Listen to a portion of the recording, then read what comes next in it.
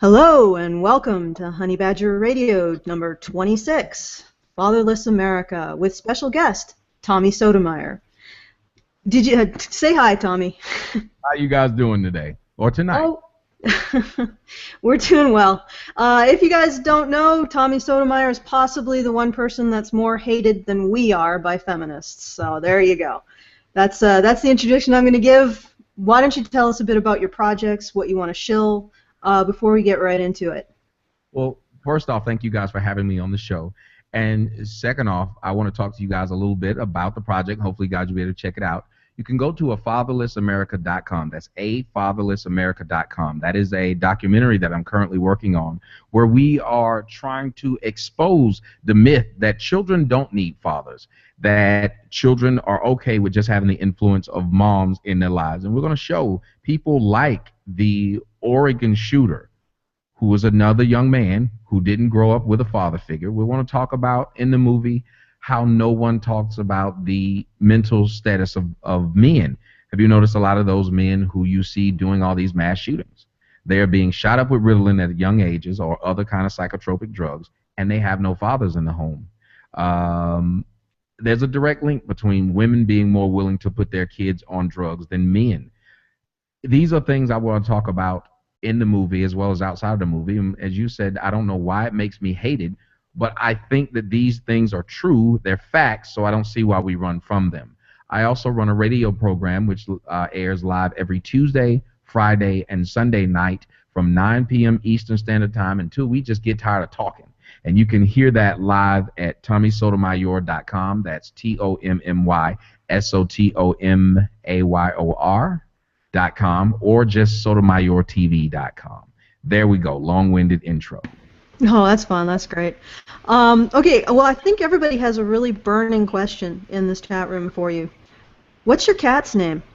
Her name is Bambi, and I don't know why I named her that, but I've never been a cat person. I'm actually a dog person, and I moved out to Phoenix, and when I got a home here, they said, well, you'll probably get scorpions, and cats hunt scorpions, and since I'm afraid of insects, I needed some help. So that's why I enlisted my feline friend here.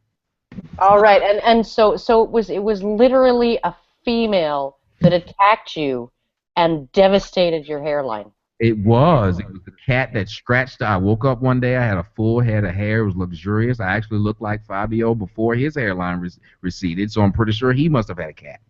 I think so, and I'm just like, I was watching your video, and everybody should go and see that video, and we'll probably put the link in the low bar. But I was watching that, and I was just devastated by, just your tears and the raw emotion as you were describing your harrowing ordeal, and your terror of this cat as you're like trapped in the bathroom, just like unable to even leave the bathroom for fear of being attacked by this cat again. I was my heart went out to you, Tommy. And when people saw it, they said, well, we saw a weapon in there. Why didn't you use the weapon? But then I was more afraid of Peter than the cat. I think that's victim blaming, frankly. Exactly. Why didn't you use the weapon? Thank you very much, victim blamer. Hey, I felt like I was talking to Dr. Ben Carson. Me too. So, well, can we expect that your next project will be Catless America? I'm thinking Felineless America, or you got to do something. I mean, they are really, really ruining the fabric of America. It's these cats. I thought it would be like inner city gangs or drugs, and I realized what it was. It's cats. It's a toxoplasmosis, kind of what you My dog agrees, actually, with you, Tommy, wholeheartedly, and she's totally with you on that. Exactly. But your dog is really derpy, Karen. My dog is highly intelligent. That's what special. that bubble on the front of her forehead is. It's to house all of that forebrain, that higher reasoning that other dogs don't have. She's got like a literal, like a bubble on the front of her skull to contain that massive, Canine intelligence? Dexter's lab-sized brain. Yeah, not really. But your dog is derpy. Yeah, no, she's pretty dumb. Yeah. Well, I think if anything else can raise the ire of the internets, definitely saying that cats are bad will do it. Oh yeah, yeah, no, like feminist versus anti-feminist, that's nothing compared to Nothing. dog people versus cat people. Let me tell you, Okay, we so will like rip each other apart. oh yeah, definitely. But let's get into a little bit about Fatherless America and why you decided to actually tackle that topic in your documentary.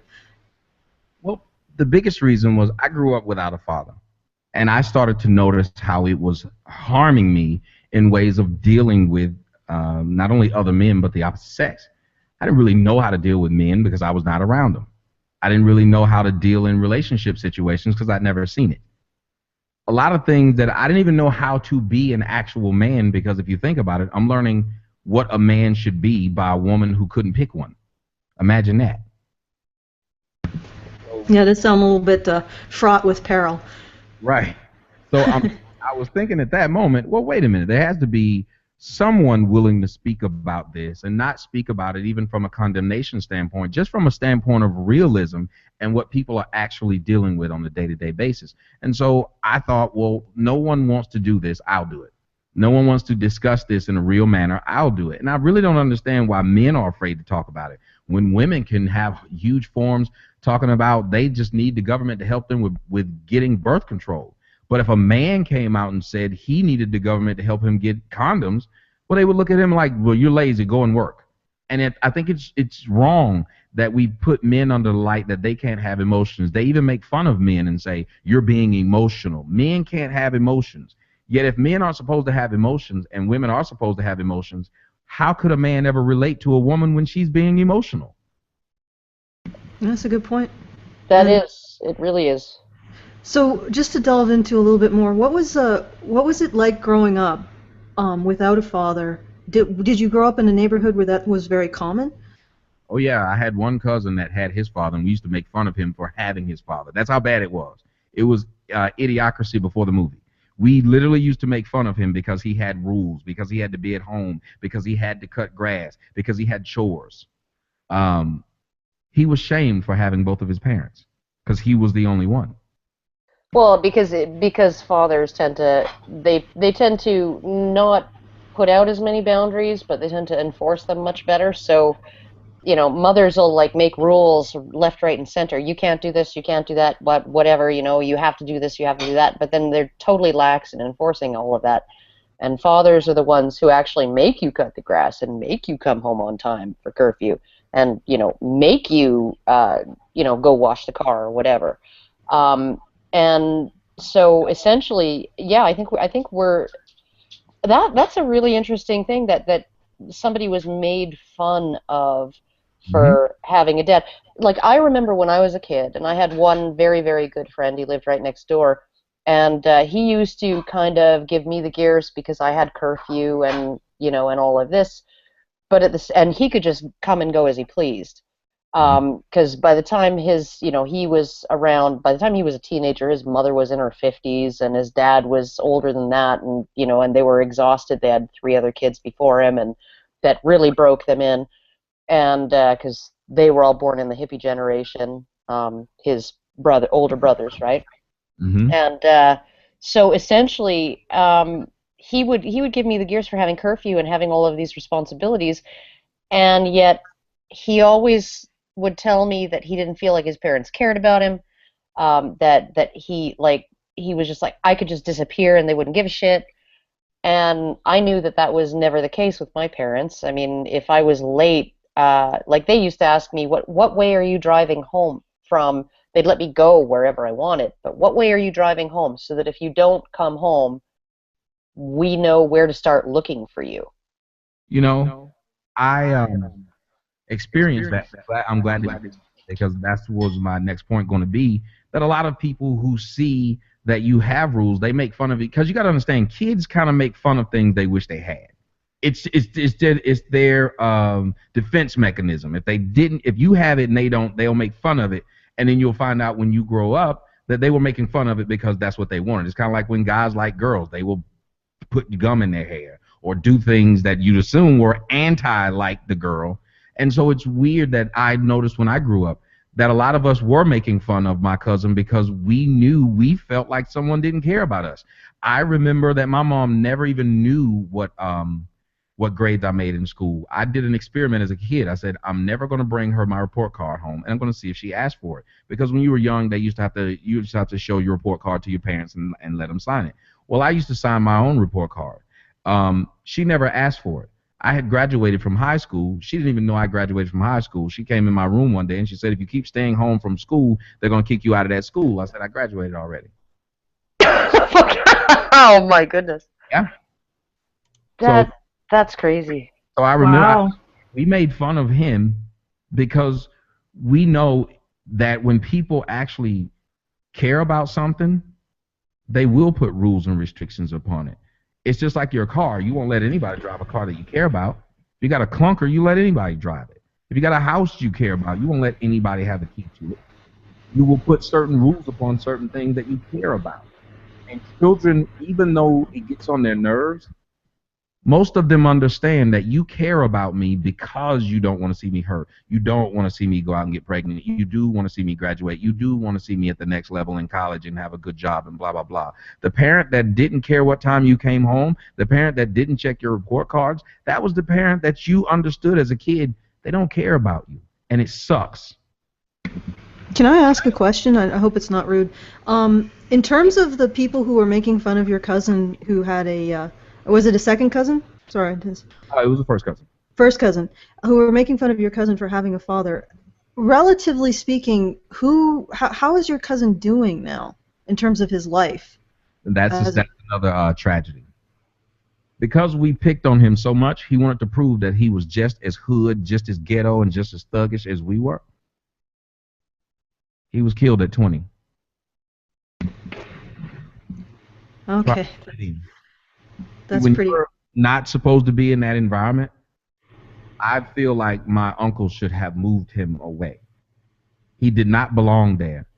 I understand that maybe times were hard for them. He did not belong in a situation where everybody else had more influence than people like himself did. The dope dealers had more influence. Because a kid got made fun of like that, he wanted to prove I'm just like you guys. So then he starts breaking curfew. Well, So you know what I mean? That's actually something that Steven Pinker's brought up on numerous occasions when he's arguing the nature versus nurture thing.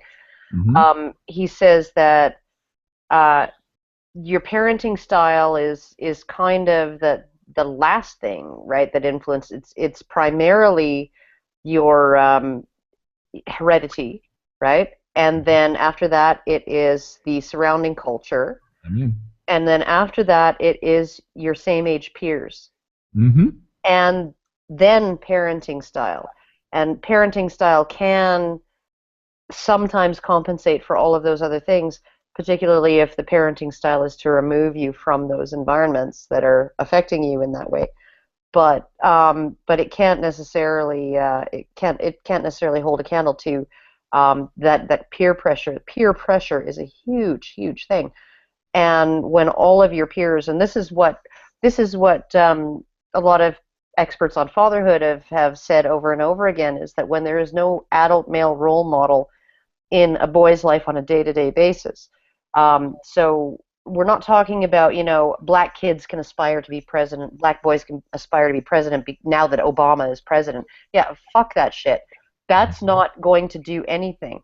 Yeah, now they can think they can be just as much of an astronaut as every other kid felt like they could be, 20 years ago, when in reality that's not doing them any realistic, practical good. What they need is a man in their life on a day-to-day basis. And they need, if they don't have that, they will seek it out from their same age peers. And if they're surrounded by same age peers who are all one way, they will try to fit in with their peers rather than conform to what their parents want. Well, see, Karen, that's what I wanted to address too, what you just said. If you think about it, all of us have kind of went our own way from what we were being taught. If my cousin had an opportunity to not die, I'm pretty sure at my age he would have went back to what he was taught. But at a certain point in time, at a young person, you decide that there's this fork in the road. And most of the time, at that fork, you think that your parents are jackasses. You think your parents are stupid. You think they don't understand because you want to sleep with the girls your age and you want to hang out with the boys your age. A lot of us just didn't make it past the fork in the road. You can see that in teens who have crashed their cars and died because they were drinking and driving. Even though they knew it was wrong, the peer pressure put them in a group of where they wanted to get in the car with that guy that was. I did it. I remember getting in a car with a guy who I knew was drunk. But I wanted to get in that car because a girl I wanted to talk to was in that car. Now, we didn't die that night, but imagine had I died. I knew right from wrong, but the peer pressure said, get in here, because if you don't, those people you go to school with are going to look at you as like a lame. And this lame thought by my peers was more pervasive in my life than life or death. Okay, Rachel, you've been waiting patiently. Yeah. I think that what you're doing is fantastic because you're starting to bring up a lot of the failings that I've seen in society from just from a result of things like no-fault divorce and everything like that.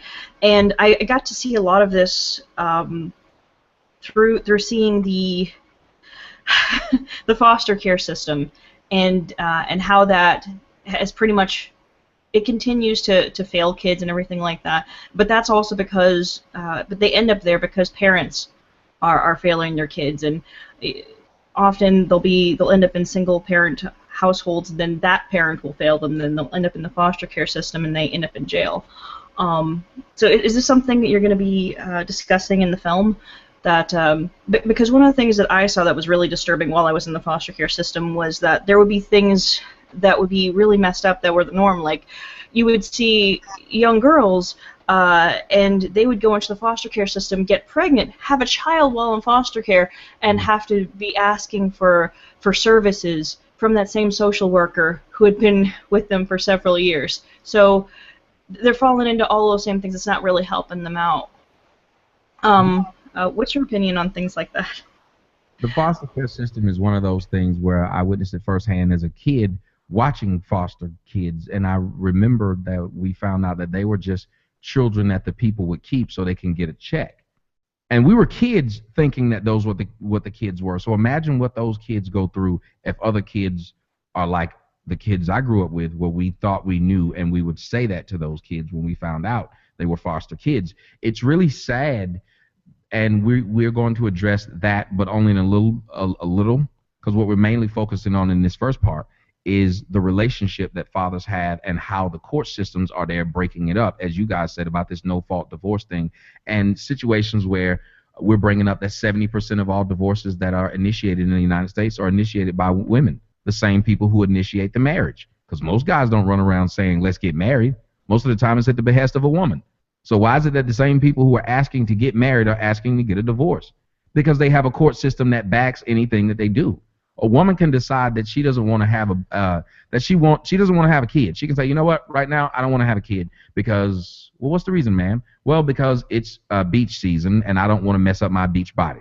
And that's okay for her to have an abortion because of that. She's allowed, and no one is allowed to say, ma'am, that's kind of messed up. That's kind of shallow. That's kind of irresponsible. But a guy can't say, I'm actually going to school to be a nuclear physicist, and I slept with this chick one night. I was drunk. She was drunk. She got pregnant. I don't want to be a father. I want to continue to go down this path, and being a father is going to hurt it. People will say there's something wrong with him. It doesn't matter if he's just 18. They're going to say he needs to step up and be a man, and he's 18. We got to stop looking at women as perpetual victims. Like there's no matter what. To me, if you're a true feminist, the one thing you would always argue is true equality. So when you see a woman, a teacher, sleep with a 36-year-old teacher, sleep with a 15-year-old boy, and she gets 3 months of house arrest, feminists should be the first ones complaining, but they're not. That's why I can't take a feminist seriously, because if you really want equality, you're going to argue with it on both sides. The same reason why I can't take a pro-black seriously, because he gets upset when someone says something about blacks, and then that same person will say something about whites. At a certain point in time, if we are claiming that we want equality, we got to stop using what happened in the past and say equality from day one, right now, everybody on the even playing field, or shut up. I can see why feminists do not like you. I don't think you're going to get anything but agreement in this particular crowd, Mhm. particularly when it comes to women playing the victim. And of course, when women have the victim out, they then complain that having the victim out leaves them to achieve less. Well, think of yourself as being helpless and constantly appealing to other people to help you. Yes, you're going to achieve less. Don't complain when men achieve more. Amen. It's an artificial handicap. It really is, and it's actually cruel. And I would compare it very much, and I do it all the time. I compare it all the time to Munchausen's by proxy, what feminism does to women. Mm. And although the primary damage that comes from that really is to men and children, and the most obvious damage is to men and children. It is very damaging to teach somebody that to be helpless their whole lives, and to teach them to not strive to better themselves and not strive to achieve, to just sit back and rest on other people's work and other people's achievement, and to expect other people to overcome their difficulties for them. To never If develop your own grit. if my parents had let me learn those societal lessons when I was a child, I wouldn't be here. I would never have survived the childhood asthma that my specialist, when I was a little kid, told my parents was going to kill me before I was 21. If they had not taught me to fight and strive and struggle and look for my own solutions, and basically, if they hadn't taught me to man up, I'd be dead. Mm. I never would have made it. And it was my dad really that he was the big push on that. My mom backed him up on it, and she was tough for me as much as she could be. And there are ways in which she learned to be tough from her own childhood and her own father and her own mother. But I can honestly say my dad saved my life. And Wow. by being tough and demanding that I be tough. And it's cruel of feminists to take that away from women. But the thing I really wanted to speak to is something that you put in our chat about Obama's mom she had good men around him, and that made a difference. I saw that growing up in my neighborhood. I had a friend growing up whose mother moved him out of an urban area that the neighborhood he was in was a gang neighborhood. He had been jumped into a gang at 8 years old, and she found out, and she just pulled up stakes immediately and moved. She didn't speak English very well, and in fact, she really didn't speak it at all. She speaks American Sign Language, and she speaks Spanish. Hmm. And she moved to a rural town where she didn't speak the same language as anybody else that lived there. To live in a neighborhood where fatherlessness was not the norm. And there were other kids whose dads did not live at home. There were kids in my neighborhood whose fathers had passed away, and there were kids in my neighborhood whose families had divorce or other fatherless situations. But they were all surrounded by intact families also, Mhm. and it was a close knit neighborhood. And like I knew that, for instance, that if I went to the park and the lady that lived across the street from the park, who was not related to me biologically, if she saw me do something I wasn't supposed to do, she would haul me out of there and tell me off and take me to my parents' house, and I would get disciplined. And Mhm. they wouldn't get mad because she said something. And if her husband did it, they wouldn't get mad at him either. This was it wasn't like the it takes a village thing, but it was very definitely a matter of the kids being exposed to not only their own families, but good men and women that surrounded them, good examples of what it means to be an adult, people who worked hard and took responsibility for their welfare and the welfare of their families. And the women whose husbands weren't there, or whose fathers of their children weren't around, had male adult family members and male friends that they kept close to their families and their homes, that they kept contact with, and made sure their kids got to spend time with them for that very reason, that they needed role models. And the kids in my neighborhood that had that benefit, they grew up very differently than kids who don't have those role models. And I didn't realize it until I went to college.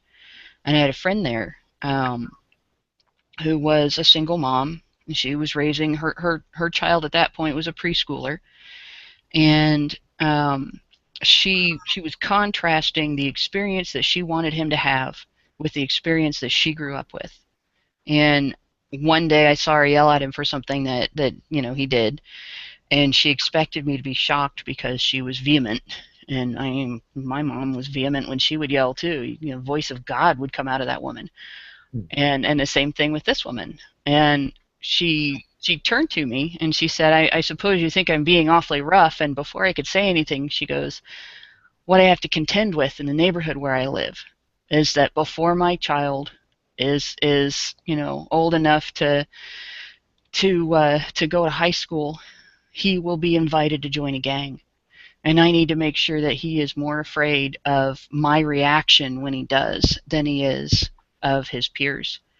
And I thought, to have that responsibility and take that responsibility just by yourself without a partner and without any other role models, I don't know how the kid's going to make it without having more adults around him to counteract that. It's funny, and not in a ha-ha way. Yeah. What we do. Tommy, your sound is really low right now. Is there? Oh, can you guys hear me now? Yes, it's significantly better. But Go ahead. what we do to little girls and what we do to women, because we openly tell them that not being responsible is okay. We openly allow women to do things that we wouldn't allow men. Like, have you noticed the majority of the time when a woman is facing any type of divorce or she has physically harmed someone, the first thing that people ask is, I wonder what made her do it. So we're saying she can't even control her emotions. If she cuts a man's penis off, i.e. Lorena Bobbitt, the first question people asked a man that was missing half of his penis, what did you do to cause this? Would we ever say that to a woman who had a black eye that showed up in a police station? Would we ever ask this woman, well, what did you do to cause this? As a matter of fact, we've forgiven women for hitting men. If a man says something that a woman does not like, she can hit that man. She can throw a drink in that man's face.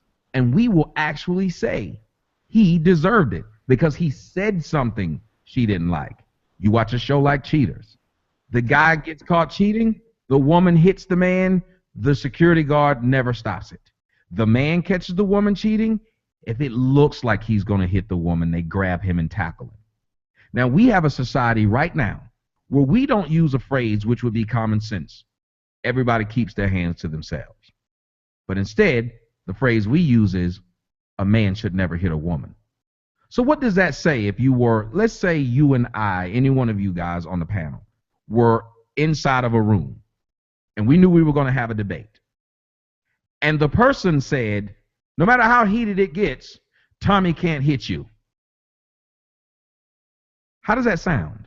It's actually it's almost worse than that. It's essentially like saying blacks aren't allowed to ever strike whites, and if they do, it's a more serious crime than if a white person strikes a black person without any provocation whatsoever. Even if the black person is being beaten, if he ever strikes back, right, it's a more serious crime. Even in Spain right now, they have an actual law they have a body of laws around something they call femicide. So essentially, if a man kills a woman for any reason whatsoever, it's considered to be a worse crime than just murder. Wow. Yeah. Jeez. And then the sad part is, like, have you noticed women kill their kids and then we feel sorry for the woman more than we feel sorry for the kids? Andrea Yates killed 5 of her children, drowned all 5 of them. She didn't do a day in jail. They felt sorry for her, and they demonized her husband for continually getting her pregnant. Well, Getting her pregnant as if she had nothing to do with it. Right. no, well, except for like he did actually intend to get her pregnant all those times, and he knowing what the situation was, and even after she was put in a facility, he said that he hoped to have more children with her. So I mean, they were both fucked up. But that's what I'm saying. Both of them are equally fucked. But if you notice when you watch court cases, Oh yeah. there are cases where both people are kidnapping, raping, and killing people. But Yeah. the guy gets life and the woman gets 4 years. Of course. Or the young woman who she told her friends, this was in the UK, she told her friends that guy over there raped me when they'd all been drinking. And then her friends beat him to death. Yep. And her excuse was, I didn't realize that would happen. And she got, I think she got, a very, very minimal sentence for inciting violence or something like that. And the men who primarily were the ones who did the dirty work were the ones who did the real time. But this is really what I mean. Like I would call plausible deniability. I would call that toxic femininity. Mm-hmm. Right. I would call that the sort of the Lady Macbeth thing. Right. The only person who held Lady Macbeth accountable was Lady Macbeth, and in reality, and Shakespeare understood that plausible deniability is part of the way women get things done. Right? They act in the shadows, they act behind the scenes. They're Michelle Obama talking to her husband across the pillow, right? Yeah. He's the one who's going to take the heat for anything that goes wrong, though, even if he takes her advice and and does what she says. But I think that Shakespeare would have shown a much better understanding of women if Lady Macbeth hadn't killed herself out of guilt, but had just blamed it all on her husband and then attached herself to the nearest powerful man and gone on to better and bigger things. Because you ever think about how we don't even talk about women and their propensity to do certain evil things, but then we have things like the Nightingale killers, which means, or Munchausen syndrome. You have these things where even when women kill their kids, we have an excuse for them doing something like that. When they kill their husbands, we have an excuse for it. And they usually kill their husbands in amazingly violent ways, either shooting them and trying to make it look like a suicide or slowly poisoning the guy to death and doing nothing. Susan Smith drowned all of her kids because she wanted to date a guy that didn't want any kids. She literally did not have any issue with what she had done. For a woman to be able to function after doing something like that, when we claim that women are the nurturers, women are more emotionally attached to children, then why is it that women kill their kids more than men do? Well, that is actually, I think, the biggest lie that we have propagating currently. I have noticed that every time a group of women, especially the feminist, kind of gynocentric group, the same group that teaches children to hate the divorced fathers, everything they say about men is actually what they do themselves. When they say men just interested in sex, usually all they're interested in themselves is getting a guy and getting his approval and then moving on. When they say that guys are uncaring or don't want a relationship, they're just talking about themselves. They're projecting all the time. And that is something that is the biggest lie, I think, is that women are the nurturing ones, while in my experience and a variety of other experiences, men are actually the devoted ones. They're the caregivers. They're the protectors. So I think that is one of the biggest myths that needs to be busted about feminism and women, I guess, in some way in general. The cult of the Holy Mother. And what about Jodi Arias? You remember that woman? You remember that whole case? If you look at all of the pictures, and this is just real quick, of that murder scene, there is not a doubt in my mind, and it should not be a doubt in the mind of anyone looking at these pictures, that this was a brutal murder. This woman brutally murdered her ex. She stabbed him several times in the chest. She shot him in the head. And this went on for hours. His death. And it was horrific. And what happened? People had a problem with both options of either sending her to jail for the rest of her life or putting her to death. They had problems with both options. They simply could not decide. This is not anything ambiguous here. This woman brutally murdered this guy, and they all agreed on it. But they could not bring themselves to put this woman in jail for the rest of her life because she was pretty. Because she was Actually, pretty and everything. what the jury I foreman gotta said add this that if you don't really, mind. Oh, I'm sorry. I was gonna say what the jury foreman said about that really blew my mind was the something happened statement. You know, here's this woman going along, normal woman, you know, no problems, no history of crime and everything, and then the mysterious something happened. Right? Something happened. So obviously it was an outside force that made her kill, and not, you know, something internal, not something about herself, but an outside force. And like you can't do that. You can't do that to people. Take away their accountability just because you're upset that a pretty young woman is in trouble for something horrible that she did. Like It's women ought to be upset about that. Ugly yes. women will get ugly women with Eileen Warnos. She's gonna get the death penalty. But you watch somebody like Peter. What's her name? The woman in Florida who killed her kid and got off on it because she had nice tits. Yeah. Oh, that's. I can't remember her name. Yeah, but she's Attractive women are terrible. not expected to have self-control. I don't know if you know this, Tommy, but in the 1920s there was a debate going around between major newspapers in the U.S., the Boston Globe and the New York Herald, or the Boston Herald and the New York Times and various other publications in the opinion editorial section about whether women should just be given blanket amnesty and immunity when they kill men, because according to the reasoning was that it was so impossible to get an all-male jury to convict one of these women, it was just a waste of taxpayer money. And if you actually look at the, what was that song, He Had It Coming, from the musical Chicago, right? And you look at the reasons some of these women were saying that they'd killed these men, right? Top six, Figaro Lipschitz. He pops his gum. He smacks his gum when he's chewing his gum. He had it coming. It bugged me. And I told him, but he kept smacking his gum, right? And he had it coming. That woman maybe might have been convicted. You have to understand. There's a guy named Scott Peterson, and then there was Jodi Arias and Casey Anthony. I just remember her name. Scott Peterson was convicted on circumstantial evidence, and he was sent to jail for life because they didn't like him because he was a cheater. But most of the evidence was circumstantial. The evidence against those two women was direct, and yet they couldn't even, like you said, they couldn't even get together to give her the death penalty. They had a hard time giving her life, and she took pictures of the dead man. But the other one, she didn't even go to jail, and no one even cares. Oh no, she about pulled where Casey Anthony is now. Casey Anthony pulled the my dad abused me as a child.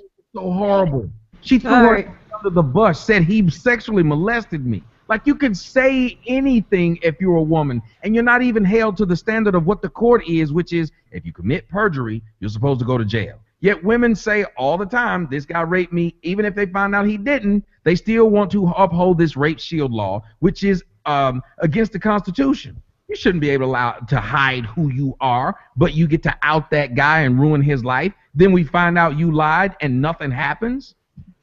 Yeah. Well, the thing with the rape shield is, this is what I always point out when I talk to feminists and other people who are pro-rape shield. If this was a situation where judges and could decide whether or not evidence, like what the rape shield essentially does is it gives the judge the ability to throw out evidence that could potentially prove innocence. Yep. Because they think that it'll prejudice the jury. So in other words, we're giving the power to the judicial system and we're taking it away from the juries, from us. Mm-hmm. And if any other situation, if we did this with any other, and they'll start doing it with other crimes, rape is just the test subject. We did this for treason. People would be like, "Oh no, we can't do that. We can't take the power away from the jury of the peers. Give it to the judicial system to decide to remove evidence of innocence in cases of treason. Are you kidding? Obviously, that is way too much governmental power. And yet, because it's rape, because it's this stigmatized crime, they can slip it in and rape. And I'm guaranteeing that they will start moving it into other crimes as we get used to it in rape. One thing This idea that that the judges will decide instead of the Yeah. juries, which decides the evidence of innocence. But I wanted to move it back into No, the no. topic. But but one more thing I wanted to add about rape shield laws and anonymity for accusers. If we want to actually remove the stigma, the social stigma that's attached to rape victims, what does putting them in a burqa do to Mm, alleviate that stigma? Could Because that's you what we're explain doing. that a little further? These women are any woman who takes advantage of rape shield laws to hide her identity is mhm, telling other women, you can't come forward. mhm. This is something that is shameful. This is something that you need to be ashamed about, that you can never disclose in public. This Oh, is I something, see what you're saying. So you're saying it's sort of yeah, like a media burqa. it is. It Okay, is a that media is burqa. that is an interesting point. But again, I want to move it back to the topic, and I just wanted to talk a little bit more about fatherlessness versus having a father, and my own personal experiences, because I think they differ slightly from Karen's, and they might differ slightly from the others on the panel. My father was actually not a very strict disciplinarian. But the way that he showed that he cared about me was when I was a kid, I was a really, really, really stupid kid. Like I couldn't, I was in I think 6 or 7, I couldn't read and write. Um, but my father took the time to work with me academically, a lot of time to work with me academically and figure out ways of motivating me to learn how to read and write. In fact, he went so far as to take a Pac-Man program, I think he had like a Sinclair or like a computer. I don't remember what it was because I was quite young, but he took a program for Pac-Man and he recreated it to teach me how to spell. So he spent hours and hours with me just going over stuff and working with me so I would learn this. And I was way behind everybody else in my class. I was the same. I was back a year till I was in 12 or until I was 12 until I was like 6th grade. So yeah, he really worked with me constantly to try to work over those problems. And even though I was a stupid kid and probably am still a stupid adult, what he did is he taught me that intelligence really isn't about native ability. It isn't about what you're born with. It's about hard work and dedication and discipline. And if you apply those to any particular task, you will solve it and you will figure out a way around it. No, even if you don't have a lot of innate intelligence, you will be able to work your way through it. And what's interesting to me is as I went through school, of course, all the other girls were smarter than me, until it got to calculus. And then suddenly I was the one. I was like, I don't know, one of about 1/3 of the class was now female because most of the other girls couldn't hack it, because I got to this incredibly difficult problem, and I said to myself, well, obviously I have to work harder. So that's what I did, and I learned calculus. And all the other girls who had swanned through school, being smart girls, dropped out because calculus is something that you don't understand just intuitively. You have to work at it. And they were used to everything coming easy. So once they hit something hard, because they didn't have that teaching that my father gave me, that intelligence is directly related to discipline, to hard work, they just dropped out. They just washed out.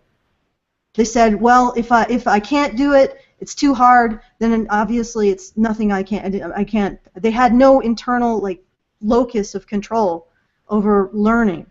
And that's what my father gave me. So he wasn't a harsh disciplinarian. He didn't really set a hell of a lot of rules, but he did teach me that you could overcome anything with discipline and hard work. So I just wanted to put that out there. One of the major things that fathers bring to their children is confidence. A lot of people discount that, but it really is that confidence. It brings it to little girls. Little girls get to feel beautiful before they have to go out into the streets or find some little boy that's going to tell them they're beautiful. That fathers make them feel beautiful. And fathers do things, especially in the black communities, that a lot of women can't do. Fathers don't put things in their kids' hair like weaves and perms because they think that they look better like this. Fathers think their little girls look good the way that they are, and we keep them more grounded and less phony. Remember, women teach their daughters to wear makeup and lipstick and stuff like that. If it's a father there, he's not going to want his daughter to be like that. He's going to want her to be more naturally beautiful. Another thing, stats show that men who have single fathers who have their children alone, they end up raising children that, and the sample size is smaller, but still the stats show that those men, that their children end up becoming better citizens, less criminals, less being on the state. The dudes typically won't put the mom in jail because of child support. All of these things, no one points out that if a man has 3 kids and he has to raise them by himself, he doesn't feel like, let me go to the state and get help. A woman who gets pregnant immediately says, if I want to keep it, I got help. You know, some of that is partly because of differences in the way single parents live. Like, single moms kind of expect to be able to collect child support, they expect to be able to collect welfare, and they sort of sit back and live on that. But statistically in the United States, single dads are more likely to have jobs, they're more likely to earn a living that is above the poverty level, they're less likely to be on welfare, they're more likely to own their own homes, they're more likely to have income from investments and things like that. They're more likely to manage their money better. And what they do there is that with the way they live and the way they provide for their families, they, by example, teach their children a level of personal accountability and responsibility for their own welfare, because they communicate by doing it. I am responsible for myself, and I am responsible for my charges, my people that I take care of, my family. You know, and it's a huge difference. When you go to the grocery store and you hand over cash, or you get out your check card or your credit card to buy groceries, and the child knows that you're paying for those groceries with money that you earned at the job that you went to, that the child saw you go do. The child knows that there's a big difference between that and walking in there with a food stamp card and going home and not going to work, you know, or working at as a cashier at a gas station, as opposed to having gone to school for something and actually earning a living wage, or working in a factory where you're sacrificing your bodily health to get that living wage. And even when you think about it, all these stories, the Marco Rubio stories and all of these, you hear these men saying, and women, my dad worked 3 jobs so I would be able to blah, blah, blah. My dad did this, and he worked his fingers to the bone, and also his kids could have more than what he had. Just that thought process of saying, my life is now a public service, or to be a public servant to my child. My child becomes the responsibility. I did a story the other day about a woman who, she had 4 kids, and in 15 months, all 4 of her kids have died. 3 just died in a fire, and 1, we're now having to look back and think, well, maybe she did that too. She just got a house from the government, a Section 8 house. On the day she got that house, apparently they didn't have heat in the house, but they had gas in the stove. She wanted to go out and go to the club. She left her 3 kids, 5, 7, and 1, in the house, and opened up the stove and turned the stove on to keep them warm while she went to the club. When she came back, the house was on fire, and all 3 of the kids were burned, dead. Instead of feeling sorry, she went to the police, lied, and stated that she was on the bottom floor with 2 of the kids, because that's where they found 2, 1 upstairs and 2 down, and that she couldn't save them. And the first thing the officers noticed was she didn't smell of smoke. She had no singe anywhere. And let me tell you the difference between American moms nowadays, it seems, and just animals. You guys saw my cat? Well, let me tell you about my cat, or a cat. There's a story, you can YouTube it. And there's a cat. And that cat had its kittens inside of a house that was burning. That cat went in and got each and every one of her kittens out of a burning house, to the point of where all of the cat's fur was missing, because it had burned, singed all of its hair off, but it saved every one of its kittens. Yet we have an American mom who's able to be on television without a scratch, and she's still not been arrested or charged. We don't even charge mothers with neglect when they do certain things that anyone else would be charged with neglect. No matter what a guy did, if he was the father and he left his kids to go out and just get a drink and they were burned to death, nobody would feel sorry. We would immediately vilify him. But women get the benefit of the doubt even when children are dead. It even scares me to the point of when you think when the Titanic was going down, how did they say we were going to evacuate the boat? Women and children.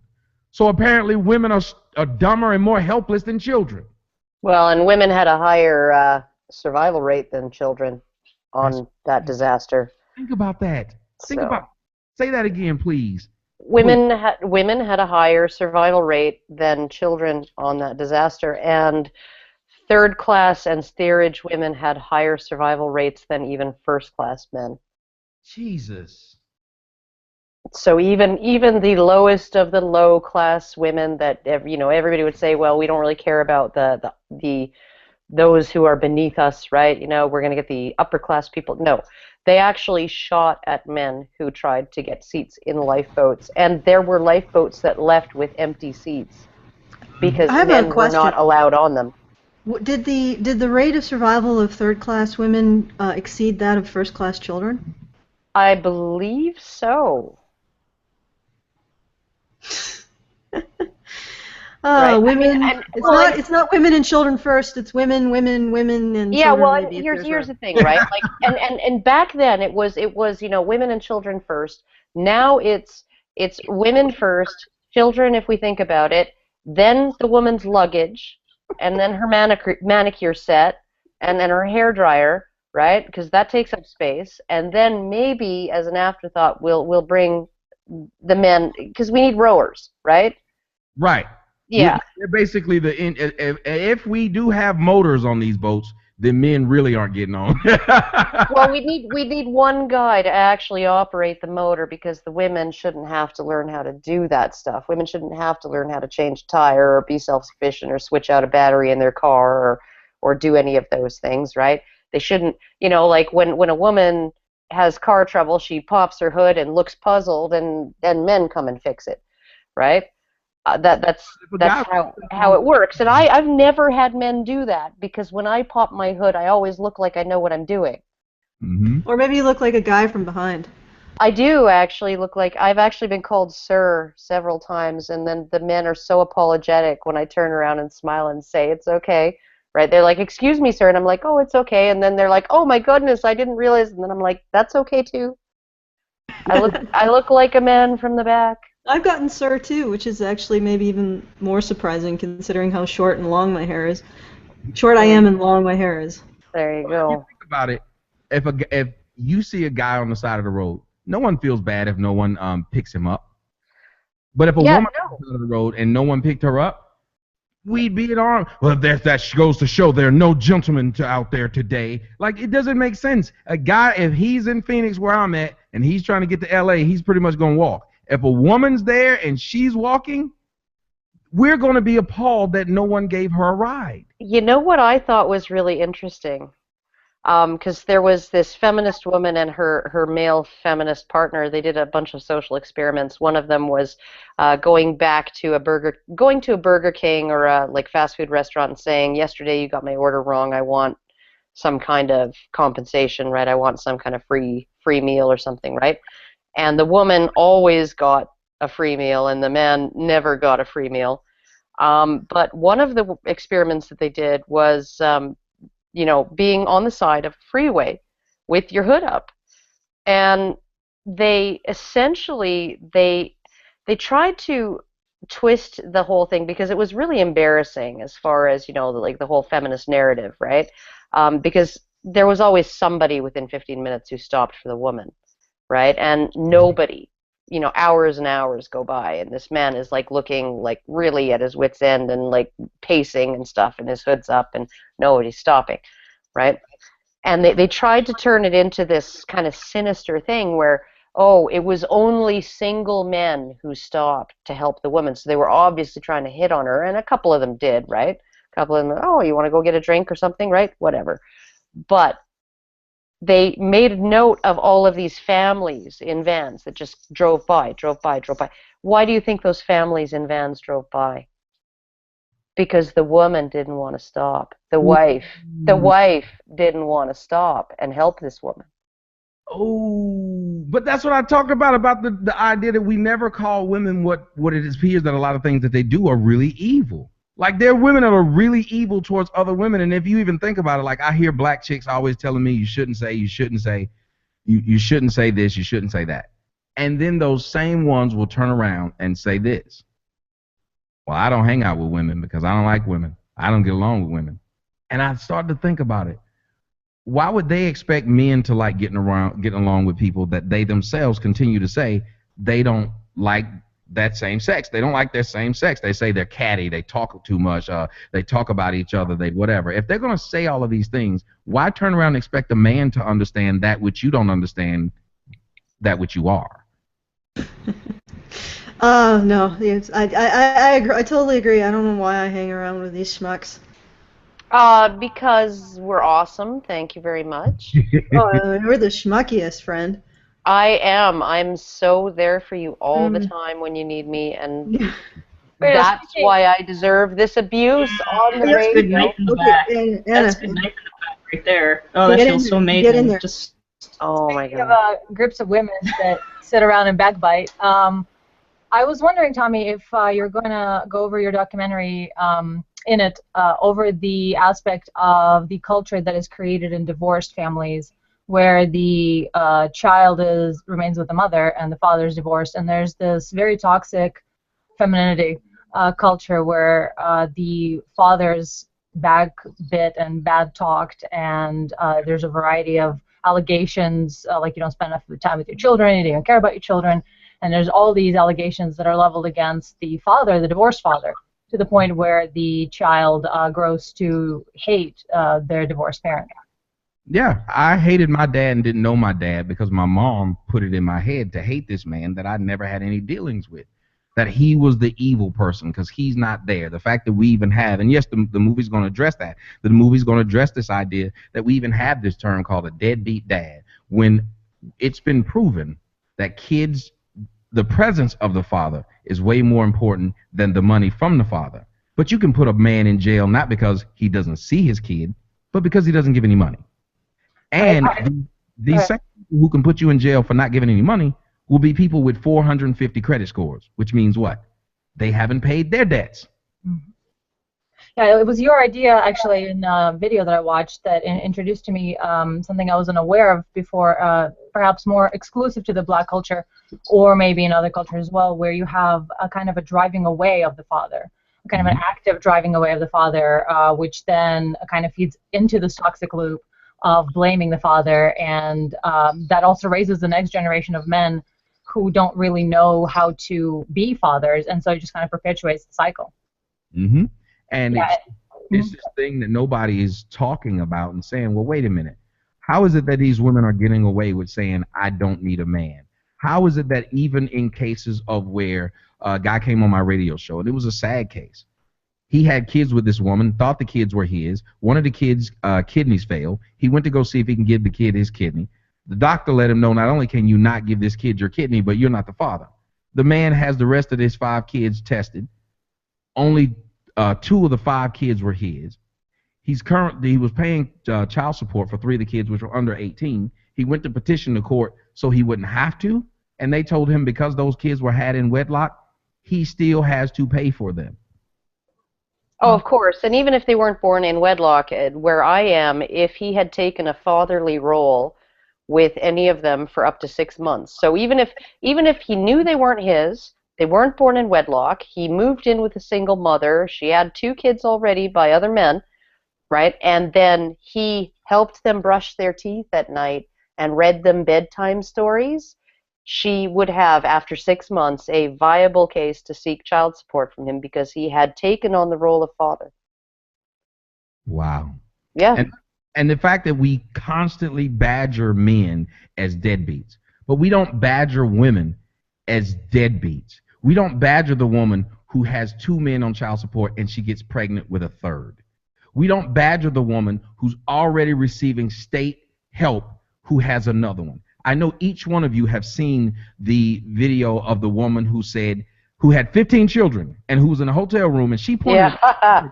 And she somebody's gonna take care of these kids, like they yeah. weren't even hers. Like she Yeah, just no. woke up one day and they was just there. Somebody had better take care of them. You know, what the hell is going on? My kids aren't being taken care of, and somebody had better do it. You know, I remember her even using the phrase, somebody's got to pay for my kids. Yeah.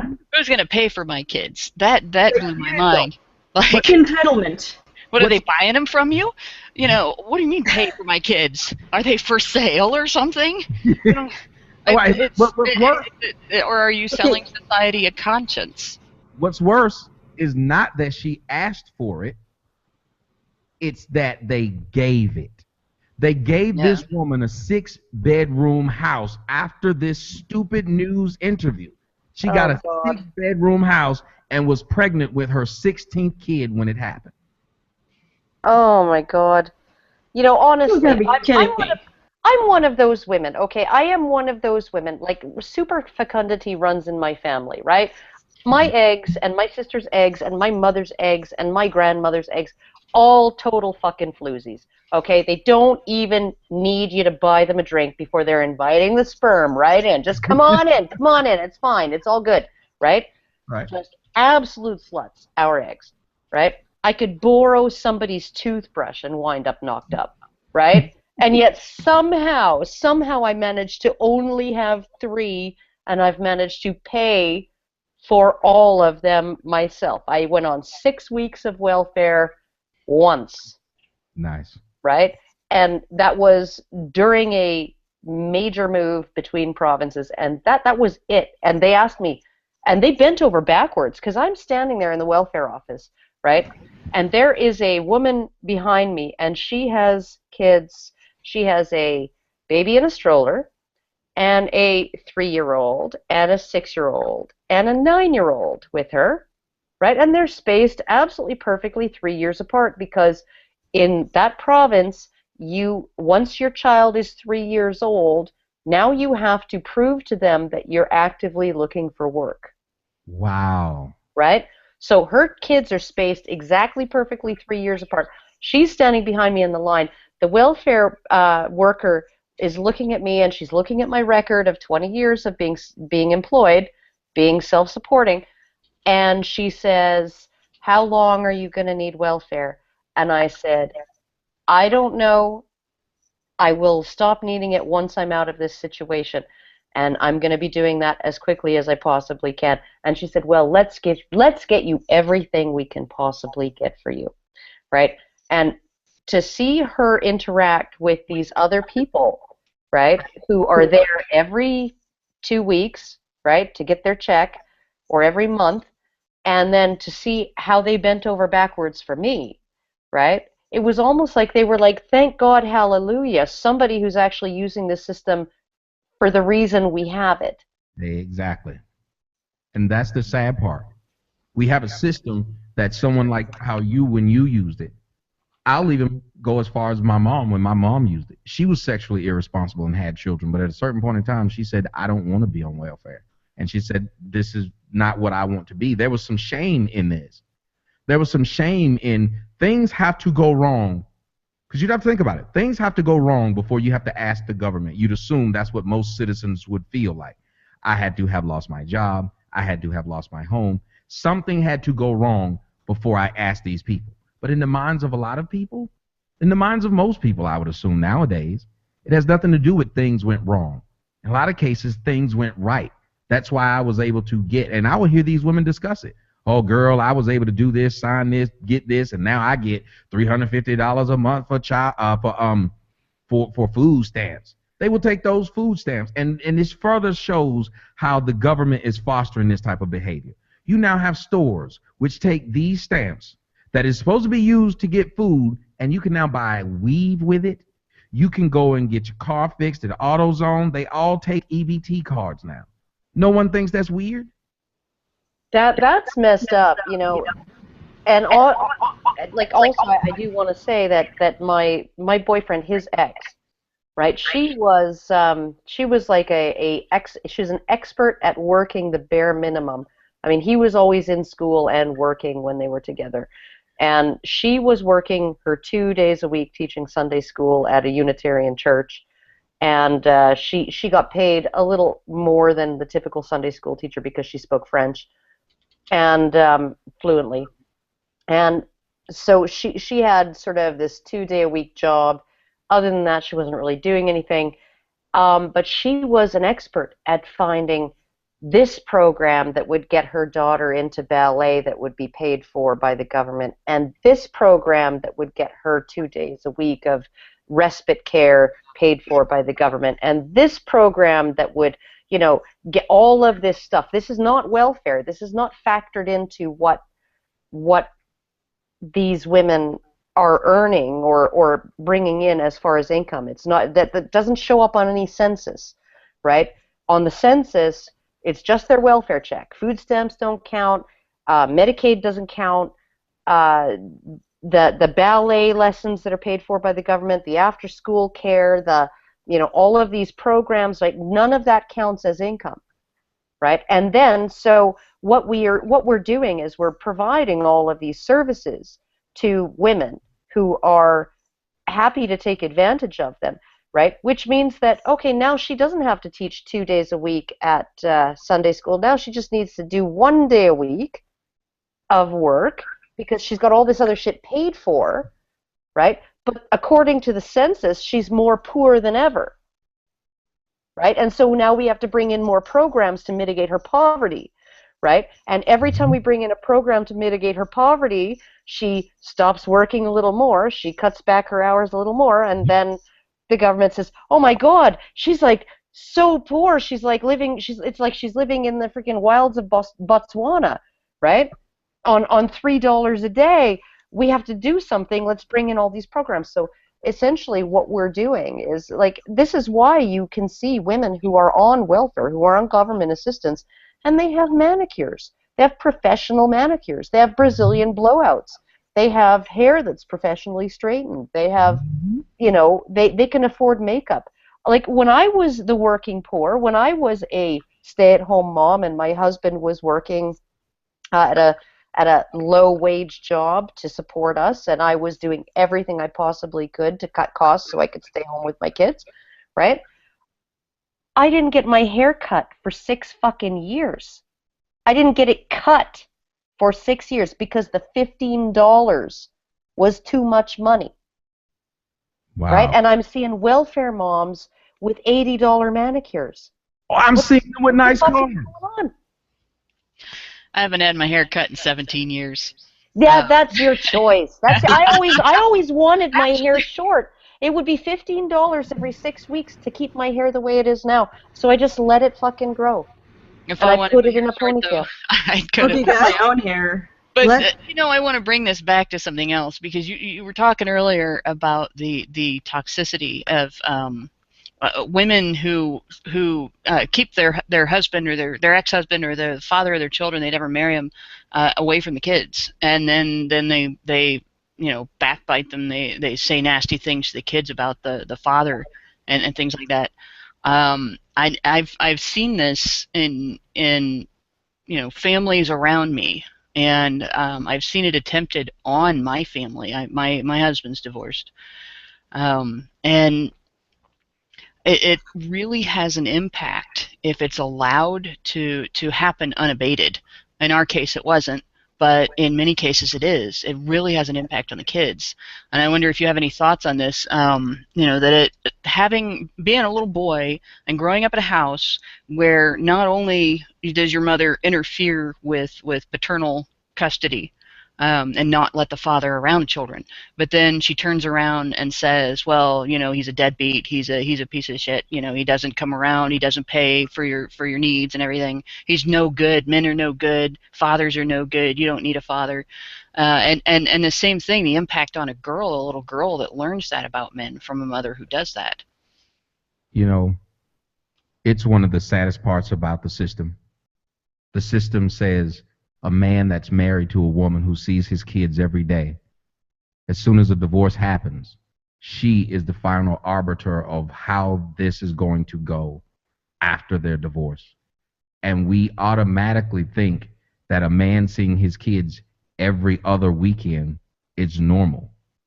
We automatically believe that if Chris Brown gets some low-level, low-life homeless chick pregnant, instead of giving that kid to Chris Brown, who we believe has money and has nannies and is in a good situation, we would rather take that money from him and give it to this homeless chick so she can take care of the kid. Now, once you do something like that, what you have done is embolden that person to believe that they're better than the other person. And people who feel good about something they didn't earn, they abuse that power. And one of the ways they abuse that power is by doing things like telling their children, your baby's father ain't shit, because they have a system that backs them up on that train of thought. They have a government that says it's okay for them to say that. And if you've noticed, you can say a man is a deadbeat or he ain't nothing to a kid for whatever reason you want. It doesn't even have to be valid. But because you have the majority of the time with that kid, women know that their main power is a power of manipulation. And they will poison that well just to get back at that guy. You have to understand, a woman is the same person that says, because I want child support so bad, I'm going to tell the police to go put that guy in jail. But if you go put him in jail, you don't get any money. So if money was so important to that woman, the last thing she would want was that guy to be put in jail. Because if you put him in jail, I'm still not getting any money. But it's not about money, because she's already gotten her money. She's already gotten her assistance from the government. What she wants more than anything else is to ruin that guy's reputation in the eyes of other people and in the eyes of his children. And you have to understand that's the main battleground right now that's going out. It's between the woman trying to ruin that guy's public reputation. Myself, I deal with a bunch of trolls. Their whole thing is to never address what I speak and say it's right or wrong. They're trying to ruin your public reputation, just like rape charges, just like abuse charges. You have women who have been able to teach their children to go into court and say their fathers molested or raped them. And this isn't prevented at all. This isn't stopped. It isn't discussed. Because the thing that a woman has is her ability to poison the well. That's it. She can't kick his ass. She may be able to get some friends of hers to kick his ass, like the ghetto woman who was on one of the videos I did, who all one of the passengers said was, ma'am, stop jerking your kid, because she was about to jerk the kid's arm out of socket. That woman got on a cell phone and was able to call 4 black dudes with automatic weapons, and they shot up a city bus. The ability to poison the whale is amazing. Brian. Oh, do I sound okay? Oh, yes, you do. All And right. you look lovely, too. Oh, thank you. Tommy, it's good to meet you. I'm a big fan. I just want to put that out there first. Thanks, Brian. Oh, yeah, no problem. The thing I was thinking about is not only do we have this thing rampant in the state?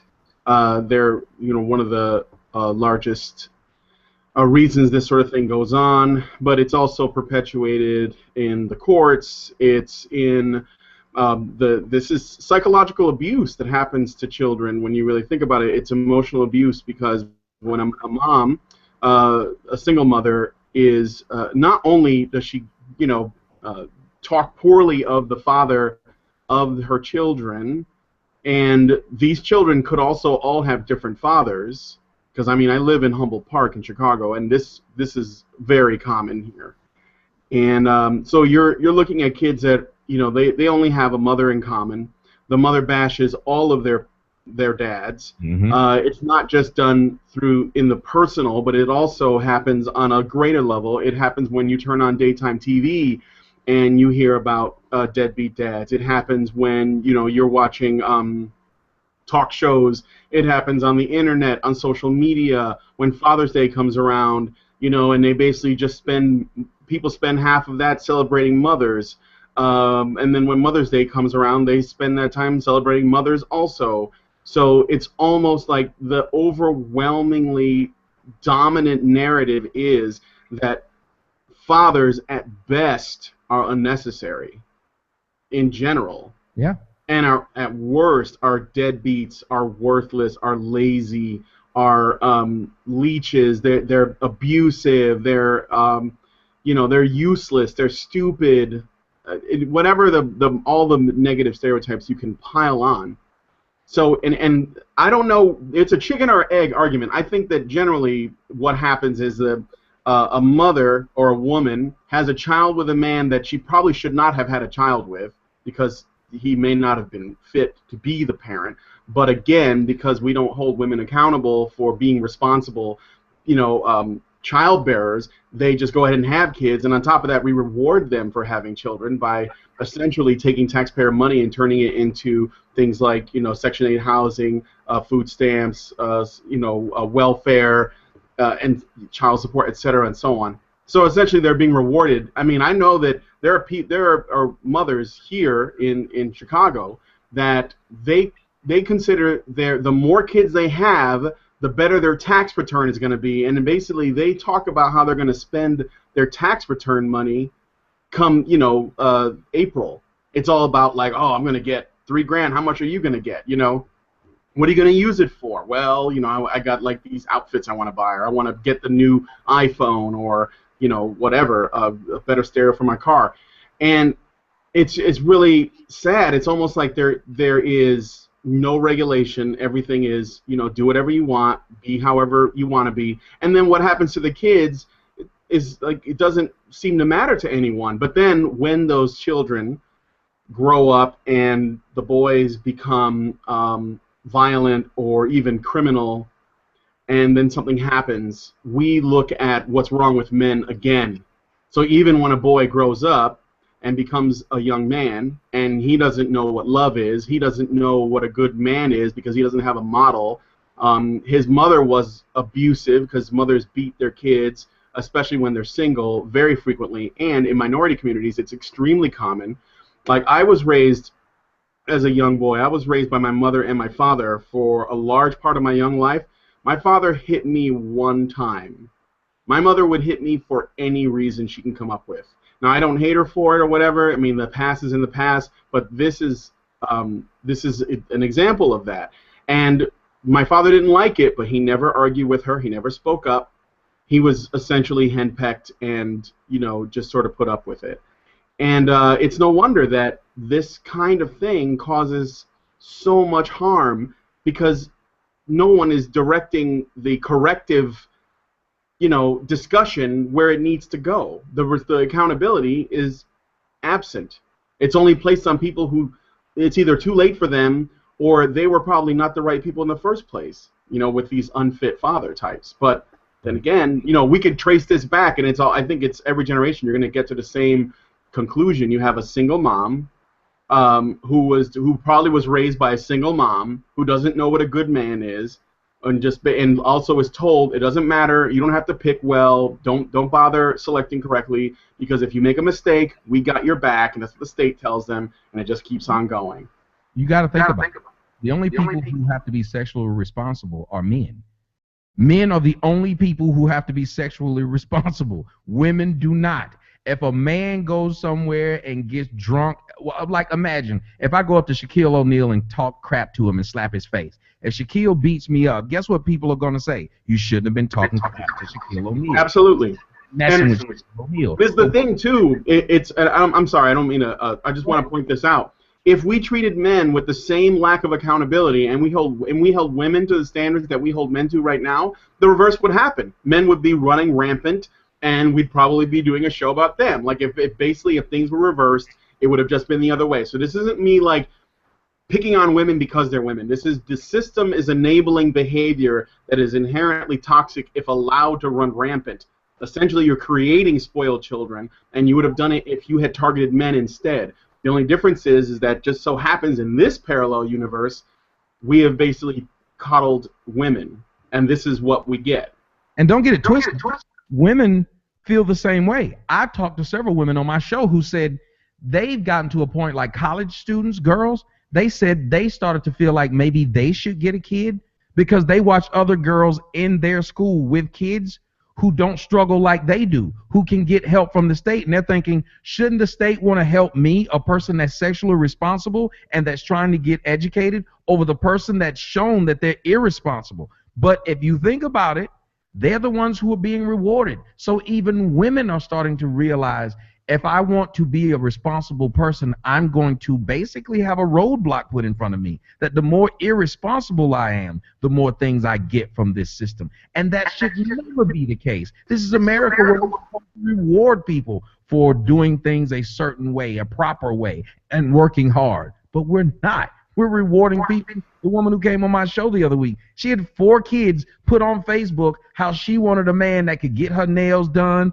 that can get her toes and hair done, and she thought it was no problem with her asking for this, even though she had 4 kids by 2 different dudes, and she was only 26 years old. She came on my show to defend that. And I asked her, I said, do you have a job? She said, no. She said, but I'm in school. Have you noticed how many women won't have a job, but they'll have a car, a place to stay, and be in quote-unquote school? How many dudes do you know like this? Agreed. One last thing, too, Tommy. One of the reasons why the state enables this is that this kind of the women that we're talking about, that the one that you mentioned that goes out and wants to get an education and wants to make her own way, that's not a good voter.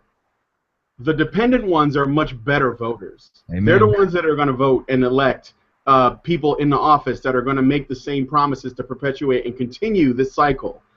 And I think that's what it is. They're just creating essentially a base of you know, an electoral base. So it's the only interest I could think of that they could possibly have. All right, Karen, I'm sorry. Go ahead. Yeah, no. I just wanted to address a question or a comment from the chat. Fluffy Peep Sheep Peepsters said the problem here is you're throwing out these rare crazy types of women. Most normal women never do this shit. That's not really the point. The point is what society considers permissible and what society is willing to pay for. And society seems to be willing to pay for these rare crazy types of women. And so if you're not going to put constraints, whether they're artificial constraints like, sort of positive constraints on behavior like jail time and all kinds of punishments, if you're not going to put negative constraints on behavior like we're not going to give you welfare if you shoot up a bus because some guy told you to stop yanking on your kid, right? If you keep, not only it's a matter of rewarding crazy, insane, fucked up behavior on the part of women, or at the very least, not punishing it properly, right? I have to address this though. Yeah. What that person said was untrue. That this is rare, and I'm sick of people saying that to me, that I'm picking out this rare case. I wouldn't have been able to do this for 6 years on a daily basis if it was that rare. Mm-hmm. Haley's Comet is rare. Therefore, I can't talk about Haley's Comet every day for 6 years. I can't even, do you sleep? Think about it. This doesn't make sense that they would say this. When the stats say that 70+% of black women have children out of wedlock, and 66% of those have 2 kids by 2 different dudes. How freaking rare is that? True. Well, I mean, it's throwing a stat.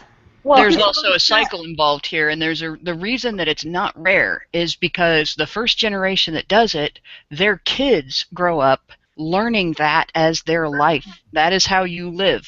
And so you grow up to raise your children that way. And if it is a lifestyle that leads to having more than the amount of children that would just replace yourself, that means the population doing it is going to increase, which means it's not only not going to be rare, it's going to become less and less rare, more and more common over the generations. So baby boomer generation, it was very, very rare for welfare living to just be a lifestyle. And then as you get into Gen X, in certain areas of the country, in certain areas, particularly in urban areas where poor people are more likely to congregate because there's more likely to be housing that's paid for them, then it's going to be a lot less rare there. It might be more rare in rural America, but it's not necessarily so rare in urban America. And as you get into the millennial generation, if we do not Do create something. Yeah. incentive for people to step out of that lifestyle or take away incentive for people to just relax in it, it will become even less rare.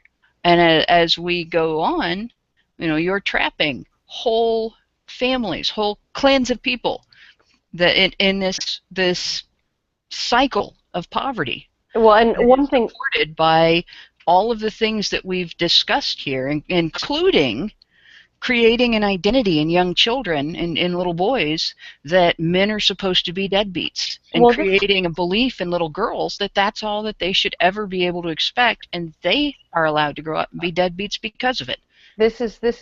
this is not even the worst thing about bad mouthing. And don't get me wrong. Don't get me wrong. There are times when you have to be honest with your children about their other parent, right? There are times when you have to be honest and say, the reason I left your father is that he's not a responsible person, or the reason I left your father is that he's unable to cope with the responsibilities of his family, or whatever. Okay. This I'm sure men have these discussions with their kids when they leave their wives and get custody of their kids as well, or when the wives leave them and abandon the kids. Um, I'm sure that and they're very, very difficult conversations to have. Being honest with your kids, but being not a total cunt about it, right? Hmm. When you do nothing but tell your child, your father is a piece of shit, your father is a deadbeat, your father is worthless, your father is useless, your father is someone that no one could possibly need or want, that would do no one any good, right? You're telling all of your children, sons or daughters, right, that half of who they are is worthless and useless and a deadbeat and a bum and a scumbag. Half of who they are is all of those things. It's not just about teaching your kids that men are scum. So you're teaching your sons there's no good way to be a man, right? And you're teaching your daughters that there are no good men. You're teaching your children that half of who they are is bad, right? And that is the most disgusting, horrible thing that I think anybody can do to their children.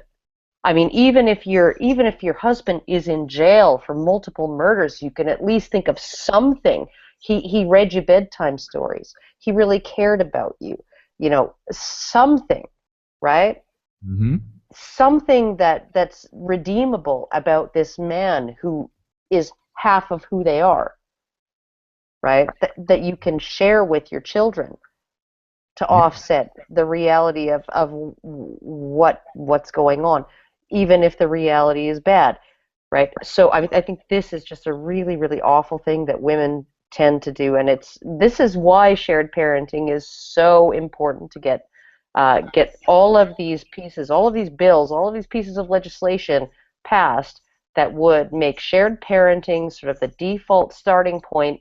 We're going to assume that parenting is going to be shared, and then if that's not the case, we'll work from there, right? Because shared parenting has been shown to not only improve children's lives by allowing them to, have regular day-to-day contact with both parents, but it actually forces parents to get along, to co-parent, to not be cunts to each other, right? It forces them into a position where they have no choice but to deal in a civil manner with each other. When you give one parent the absolute immunity and impunity to do whatever the fuck they want, and you give the other parent nothing but responsibility, you have to pay and take what you get, right? Deep. That's a situation that's ripe for abuse on the part of one parent, the parent who has the upper hand, right? But when you have two parents who have an equal say and an equal standing, in that situation, then they're both forced to work together. And they do. By and large, they do. Listen, if you take away the simple, if it was, if a kid, let's just say we had a law that said any kid born out of wedlock, the woman has no ability to, one, make that guy be a parent, and two, she can't get child support. Do you understand how sexually responsible women would be just at that point anyway? If we say to women that women have the ability to choose whenever they want to have a kid or not, how can we then turn around and say that the people are equal in reproduction rights? They're not. They're not equal, because even as a man, I could be having sex with a woman right now. If in the midst of having sex she says, you know, I want to quit, and I thrust her one more time, guess what that's called?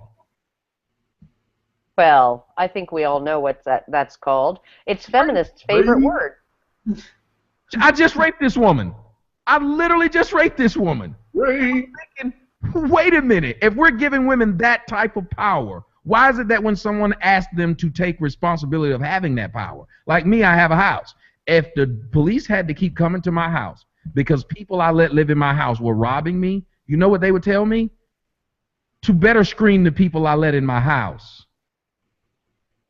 But we're not. Yeah, and if you had an alarm system and your smoke detector was placed in the most absolutely retarded place possible, like mine was, and every time you burnt the fucking toast, the fire alarm would go off, and then the fire trucks would come, and there's no way to call them back because once they've been dispatched, they can't be called back till they inspect the premises. Yeah, no, then the fire department sends you a letter saying, we're going to start charging you. Yep.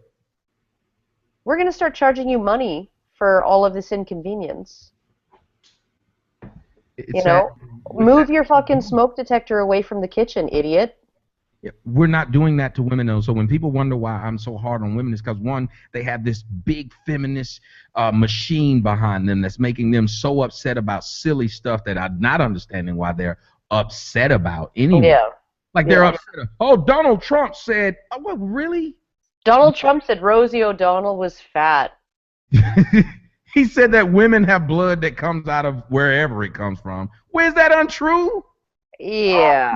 Trying to say that our periods make us unstable. Yet every time you get in, I've gotten into several arguments with women, and they've come back and apologized and said that it was their time of the month. You know what? Honestly, if you can use as a defense for murder your hormonal state, so you kill your newborn child and you say it was postpartum depression. You kill your 2-year-old and you say it was because of PMDD, premenstrual dysphoria disorder, or whatever the fuck it's called, right? Okay, and you can say my monthlies, my female hormonal experience drove me to kill people, and that is a mitigating factor, right? That's a mitigating factor, and I should get less jail time. I should probably not even be held accountable at all because of this hormonal state that I'm in due to my monthly cycle, okay? And then you say, how dare you imply that a female president might have an itchy fucking red button finger at a certain time of the month. I love you for that. I love you for that. Thank you so much, Karen, for saying that. That was, you literally made an argument that I'm going to use forever and a day, because that's perfect. You know, pick one. In cases where they kill people because of this. Pick a stand. Pick a freaking opinion, right? Either it's a disability that inhibits your ability to function normally and competently, right? Or it's not. Yeah. Can I just? I want to throw out a statistic in regards to the questioner in the chat, Fluffy Boo Boo or whatever the heck. No, I just don't. I can't be arsed to remember her name. I'm sorry. I am mocking you a bit. It was. Oh wait. No, don't worry. It doesn't matter. It doesn't matter. Fluffy Peep Sheep Peepsters. Okay, I don't even think that's any better. But what I was going to say is that if you look at the CDC's, the Center of Disease Control statistics on domestic violence, something like, what was it, 12% of men? Was it 12%? or was it closer to 20, said that they have experienced women who deliberately sabotage birth control to get pregnant. And that is considered a form of abuse. So when you take away a person's right to choose to be a parent, that is abuse. I mean, we can talk about women abusing the welfare system.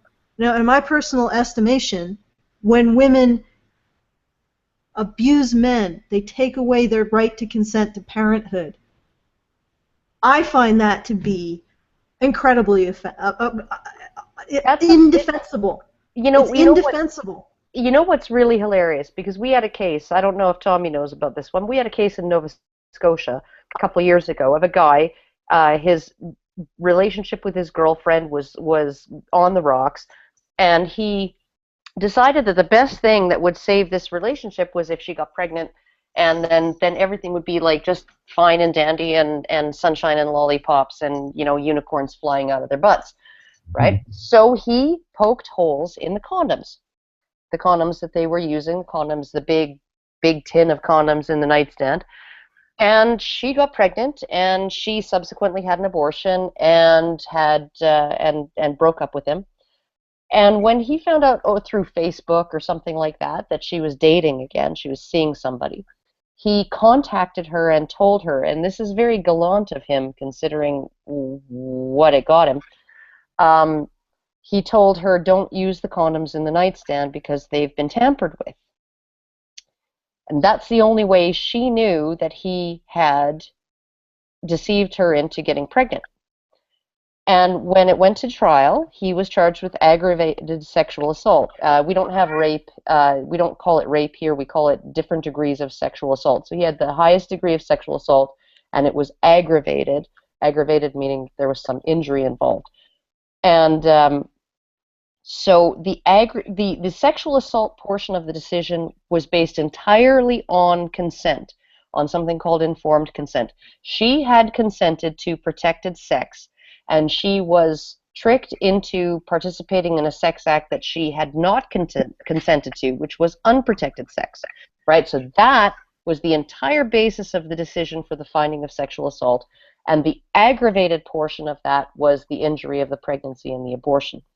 But in the judge's decision, he indicated that nothing in his decision could be used as a precedent for men seeking some kind of criminal redress regarding women who deceived them by sabotaging their own birth control, by lying about birth control or whatever, because men can't get pregnant. Well, okay, that doesn't mean men can't be raped under this decision. That just means men can't be physically injured by the pregnancy, right? They can't be physically injured by the pregnancy, but they can still be raped. If the entire decision that it was sexual assault was based on the fact that she consented to protected sex and participated in unprotected sex without knowing, you know, then it should be able to be used as a precedent.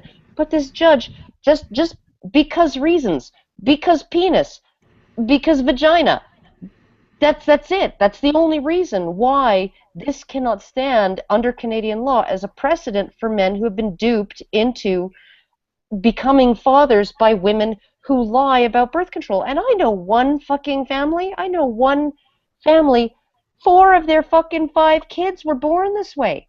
He kept saying, after their first kid, they planned it, right? After their first kid, like, he kept saying, we can't afford another one, we can't afford another one. And she kept saying, oh, I just don't know what happened. And then telling her sister, oh yeah, I just went off the pill. Okay, all right, I gotta get in here, sorry. That is fucking shit. Say it. Every woman listening to this, if you do that shit to a man, you are no fucking better than a rapist. You don't take away people's right to consent to parenthood. You don't treat fatherhood as something cheap, something that you decide for a person. You may be able to get away with it now, but morally you're no different than a rapist. And I hate to say our society does not consider this with the moral gravitas that it should be considered. There is a hell of a lot of women out there who think that this is appropriate behavior, and it is not. Not by any stretch of the goddamn imagination. You are a villain and a rapist and a domestic abuser if you do this to men. Full stop. And I just wanted to... I was chomping at the bit there, Karen. I know, and I'm glad you got your rant out, because... I want All right, now... Can I jump in and say something yes, quick? definitely. I want to throw something in. Wendy Williams actually on live television on her show gave the advice to another woman in the audience, because the woman said, my husband doesn't want any kids and I do. She said, stop taking the pill. I remember that. I absolutely remember that. We want. That's what she said. It's our bodies. We can do what we want. Yeah, no, but it's your wallet, and honestly, Well, if it's their bodies, then they don't have any control over what his body does to support the kid. Okay, That's the thing I want to talk about right now. Okay, everybody's getting fired up. This goes directly to Miss Fluffy Butt there in our chat, talking about personal responsibility like it's something that's even. When a woman forces a man into non-custodial parenthood by choosing to become a single custodial mother. And this is a choice. In the United States today, you do not become a single custodial mother by accident. There are no accidental single custodial mothers. You have 10 different choices that you make on the way. And one of them is from a list of like 17 different types of birth control. And after the birth control, if you get pregnant, you have the right to choose to use a chemical abortion early on. You have the right to choose to have an abortion, a surgical abortion later. If you don't have an abortion and you give birth, you can get away with choosing adoption even if the father doesn't want it. You know, if the father wants custody, you can get away with using a safe haven abandonment center. You can abandon custody to the father and probably get out of paying child support. You can abandon custody to your family members and not be expected to pay child support. When you become a single custodial mother, you chose that. That is your choice. You chose not to take responsibility. You chose not to prevent pregnancy. You chose not to limit your sexual liaisons to somebody who would be your partner, or you chose not to be his partner, and you chose to retain custody when you would not be able to support the child yourself. That is not the father's fault. You didn't walk down the street and slip and fall in a puddle of pregnancy. You had sex because you wanted to. And then you went with several choices along the way that led to that situation. And now, in the name of your bodily autonomy, you're demanding that he give up his. When you use the child support system, the legal enforcement of the child support system, you threaten a man with imprisonment where he could get raped, is likely to get raped. In fact, it is such a common thing that it gets joked about. It's actually a joke in society that men get raped in prison. Here's another one thing I want to man with enslavement. Oh, God. Going. Please, I want you to talk about what you just said. Did you know that we always talk about rape and women being raped and blah, blah, blah? The number one victims of rape in the United States are men. Yeah, but, okay, I'm going to let Hannah go, and then, Hannah, I have to take this kill shot. All right.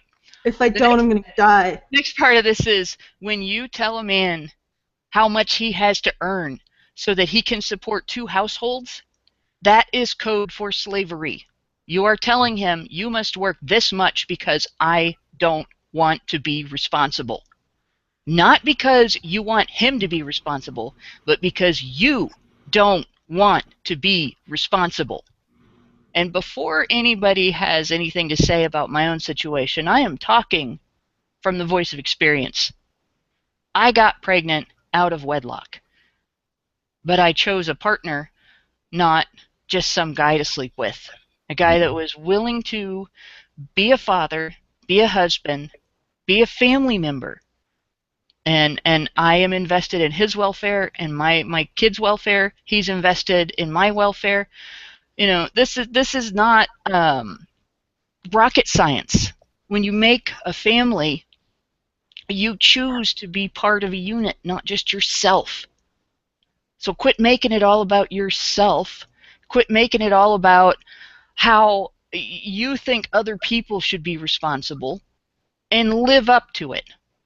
Don't get pregnant out of wedlock if you can't step up and do the job. All right. And here's for the kill shot. Fluffy, you came into the chat saying that this was rare among women, and yet you are an example of a woman who believes it is ethically and morally acceptable to take away a man's right to consent to parenthood. You use all kinds of rationalizations and evasions to do it, and I've seen you do it in the chat, but you believe that, and you're the one saying that people like yourself are rare? I beg to differ. Yeah. People like you, women like you, are not rare. In fact, I would say the majority of women are like that. The minority of women are like us, saying, hey, no, that's unethical. That's rape.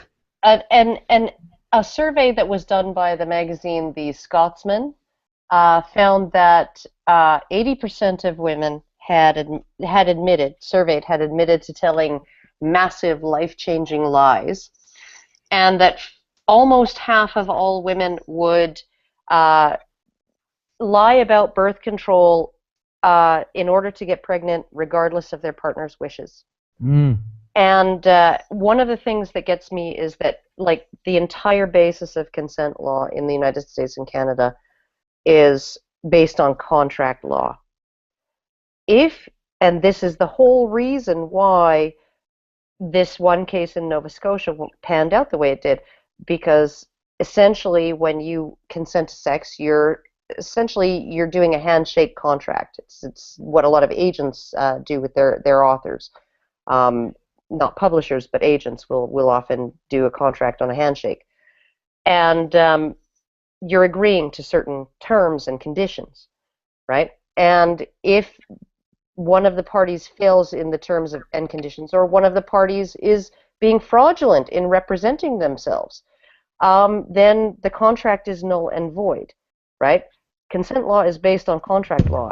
It's exactly the same thing. Now, whether that results in a physical injury or a financial injury or a psychological injury, because I think we really don't spend enough time talking about what it is like for a lot of men who realize that they have kids out there, or they may have kids out there, or they're wondering if they have kids out there, right? Or they have a kid that was abandoned to the state or adopted out, and they've never seen them, but they know that kid's out there.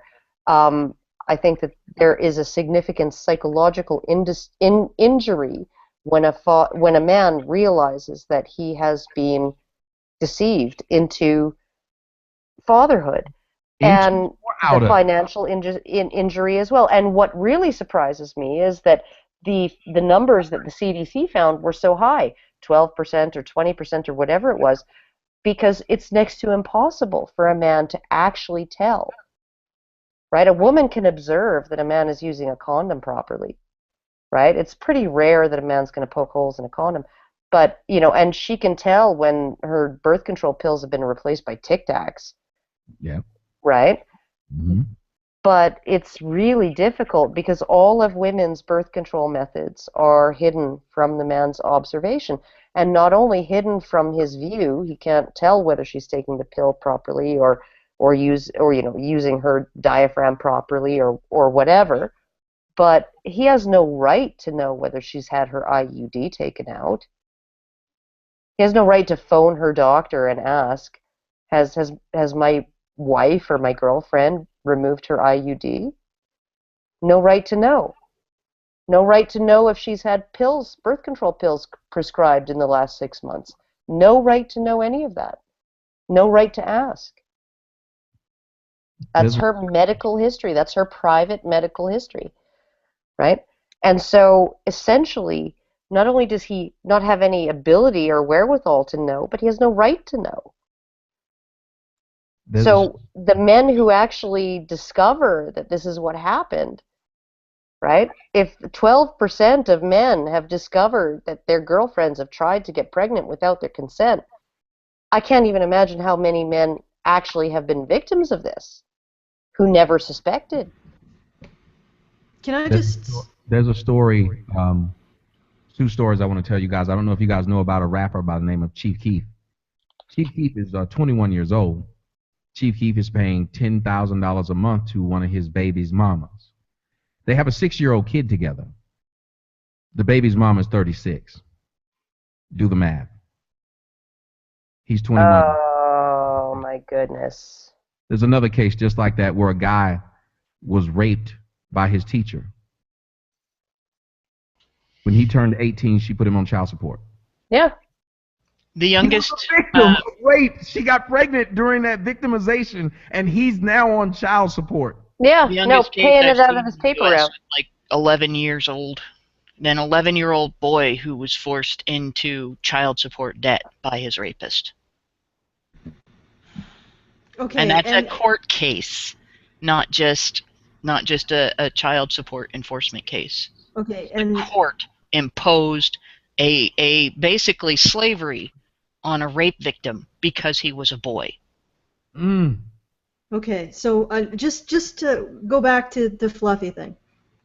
Fluffy, yes, what we've just talked about are rare cases, but the point is that the societal attitude that men should pay, or boys, or children, should pay their women for women's sexual choices, up to and including a woman's choice to rape a boy or rape a man, up to including that men should pay, boys should pay for those choices. That is a socially accepted attitude. It is not rare to find women who think they have the right to make these reproductive choices for men. It's not just socially accepted, it's legally institutionalized. Yeah, this is not rare. Yes, the horror stories are rare, but every single one of these stories is rare. Every single oops is a horror story. Every single frickin' time a woman takes away a man's right to consent to parenthood is a fucking horror story, and that is not rare. Nor is the... Yeah, go ahead, Tommy, sir. And we're not even talking about, we're talking about the guys who were forced into parenting. What about the guys who were tricked out of actually being able to be parents? The guy who was the military guy, whose woman, when he came back, the woman not only had the kid, she gave it up for adoption. He wanted the kid. The court was like, well, even though you want the kid, she wanted to give it up, so we're going to let him give it up. What about the guys who thought that they were parents and weren't, and the other guy who didn't know, who would have loved to be a parent, but because the woman didn't like him, she blamed it on another guy. So we're not even addressing the men who were tricked out of being parents. Yeah, what about what Carnell Smith says? You know, DNA might as well mean do not ask. That a man does not have an explicit, absolute right to a DNA test to assign paternity. If the mother does not, if the mother puts his name, and she can put any man's name on the birth certificate, she can literally put Mr. Magoo on the birth certificate, and if the state can find someone named Mr. Magoo that vaguely resembles that, you know, that her description, who lives somewhere in 100 square miles, they will garnish his wages, and then he has to get her permission for a DNA test or apply to the court on his own dime, at his own expense, while his wages are being garnished, okay? And when, after 18 or 36 months of fighting in court to absolve himself of responsibility for the parenthood of this child, the paternity of this child, who was born to a woman he has never laid eyes on in his life, okay? At the end of all that, there's no mechanism for him to get what he's already paid back. That's all just water under the bridge. The court assumes that because there was a child support order in place, it was absolutely right for the child support agency to collect that money, and they don't have to give it back. And there's no such thing as paternity fraud. How is there no such thing as paternity fraud. How does that make any sense that that's not a law on the books? And if they, let's just say the kid was the guy's kid. Let's just say it was his kid and he was running away from it, or maybe he just didn't know. Once he found out it is because she's put the state on him and he's on child support now, guess what doesn't come with that child support order? Rights. There you go. He gets no rights. He gets no visitation. He has to apply for this stuff. Guess what the woman gets when she wants to get money from you? She gets a lawyer. She doesn't even have to show up in court while they go and try to find you and get money from you. So she can sit at home because they're going to do all of the work for her. But when you want to get visitation rights and you want to see your kid, you have to go and hire a lawyer. There's not one appointed for you. Does no one find this weird? No, that was exactly the thing I was going to get at was, you make a great point, but also on top of that, when a man acts irresponsibly with regards to his children, let's say, he's not able, or even if he's not trying to act irresponsibly, but he literally can't follow through on what is expected of him, on what his obligations are for a child that he may or may not have even wanted. He goes to prison. The state crashes down on him, and essentially he gets held up to the highest possible legal standard, even if it's something outside of his control. If a woman behaves irresponsibly as a parent, she gets money. So she gets money, she gets a house, she gets taken care of. So if it doesn't matter whether or not this is rare. It clearly isn't, and as Hannah said, earlier, it's exponential. Every generation, you make more people that are going to do that, but you're only rewarding the women for doing it, and you're punishing the men. And when you put a man in prison, 80% of men that are in prison for nonviolent offenses, most of which are very minor ones. You're turning them into professional criminals. You're basically putting them in school to learn how to break the law. So when they come out, they're going to likely be worse than when they went in. So this is a terrible system. It doesn't matter how rare it is. It doesn't matter that it's it may not appear like it happens often to you, because that's all anecdotes anyway. It comes down to the system doesn't work. It's broken. It's creating terrible people.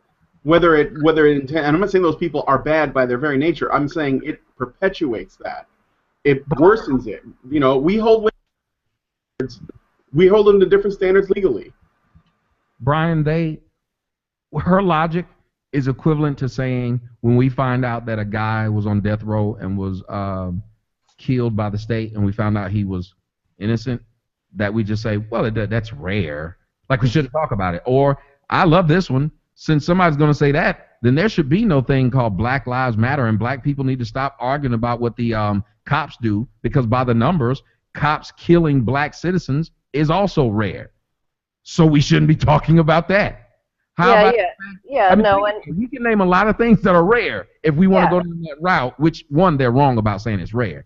But if we just want to go down that route of something's rare so we shouldn't be concerned about it, pretty much a lot of the things that we talk about, these social injustices, are rare.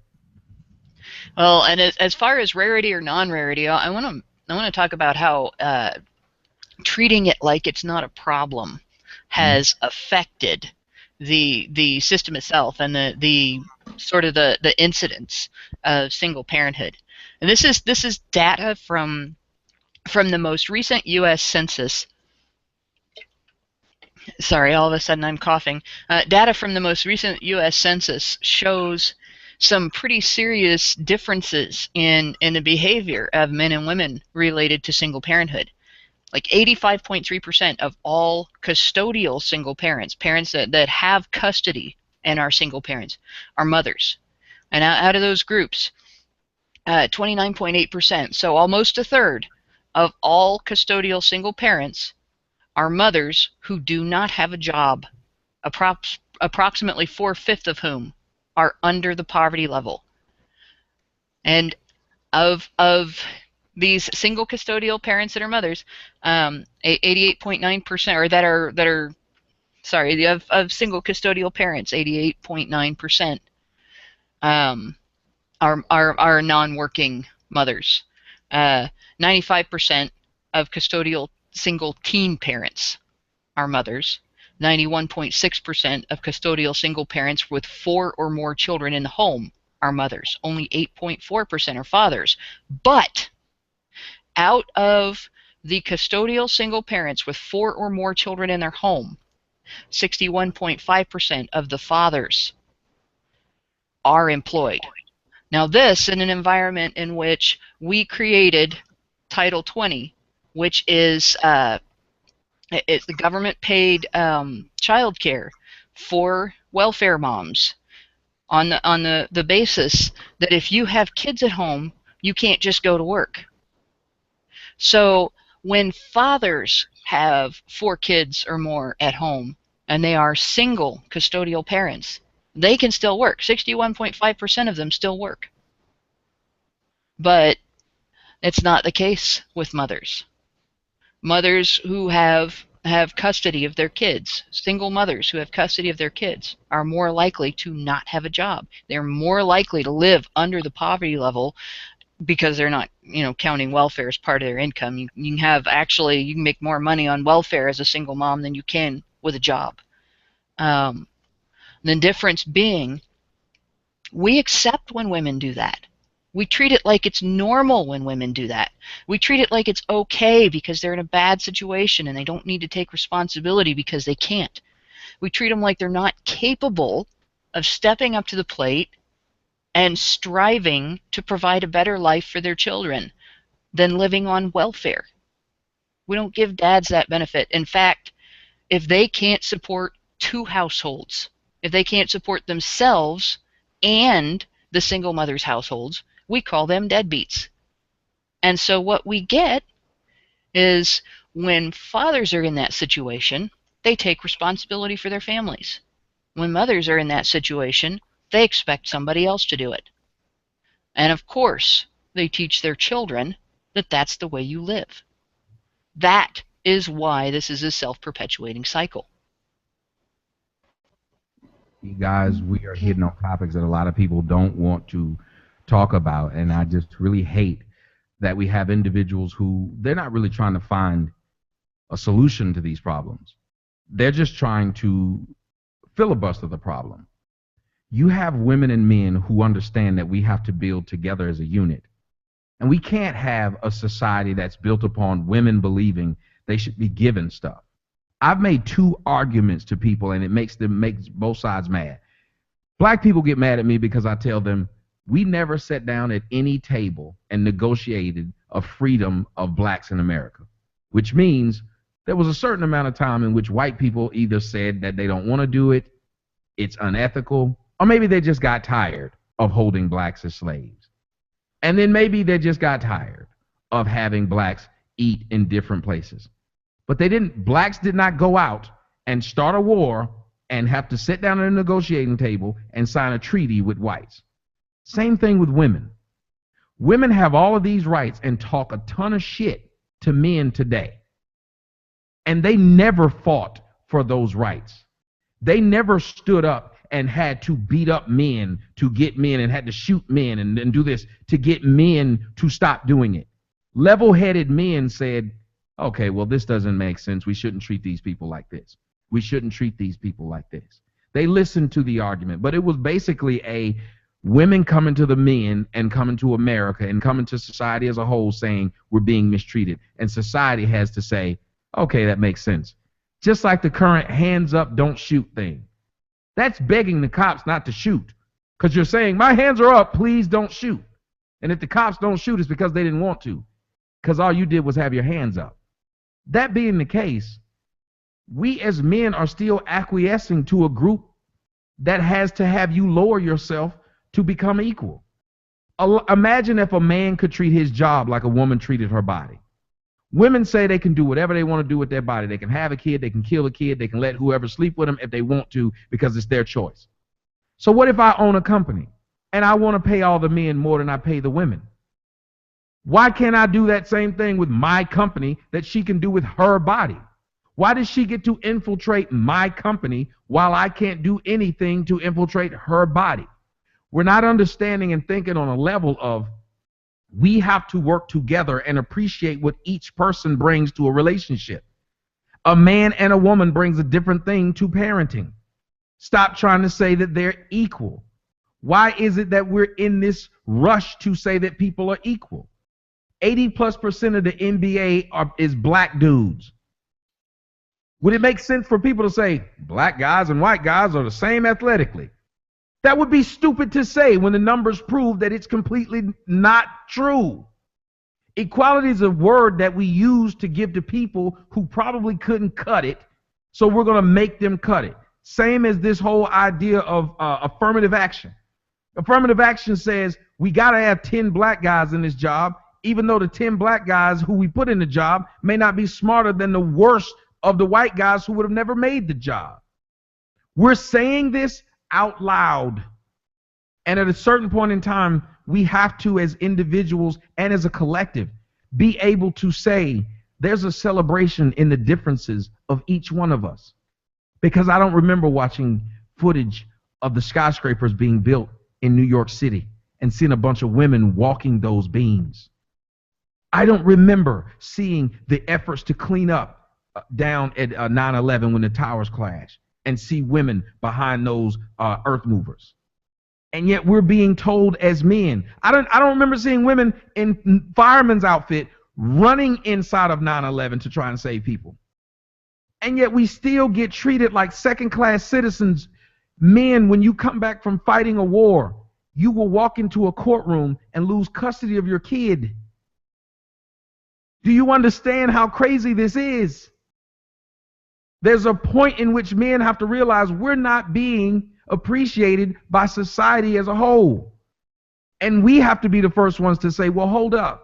If you expect me to run into a burning building, if you expect me to go to another country and fight and come back maimed or dead, at least respect me when it comes to me being a father in my kid's life. At least respect me when I go into the courtroom, that you don't immediately assume she makes a better parent than me. I just fought for this country. I just tried to save thousands of people out of a burning building. I just built every damn neighborhood you live in. Nobody wants to talk about that. They don't, or at least they don't anymore. But I want to read you something. It's from a letter from the Illinois Association opposed to the extension of suffrage to women. And it was written in 1909. And it says, "It is our fathers, brothers, husbands, and sons who represent us at the ballot box.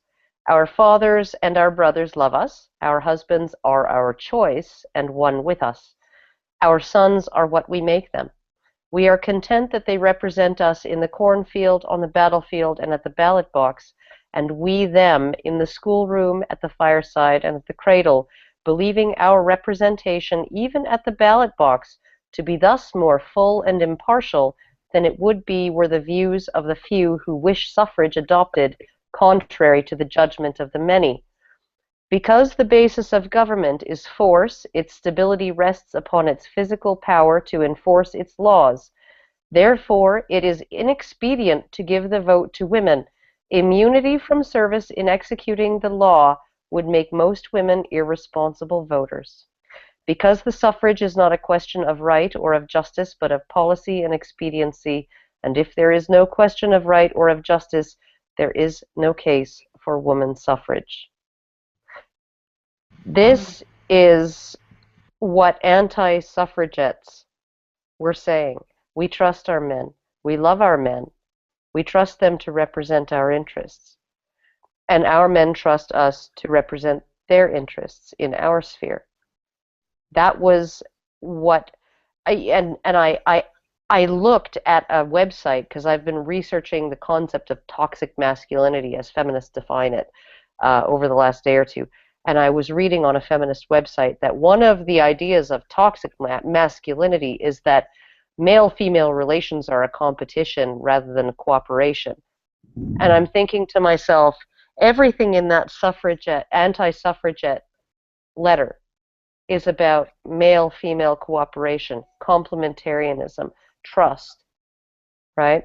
Trust in each other, teamwork, being partners.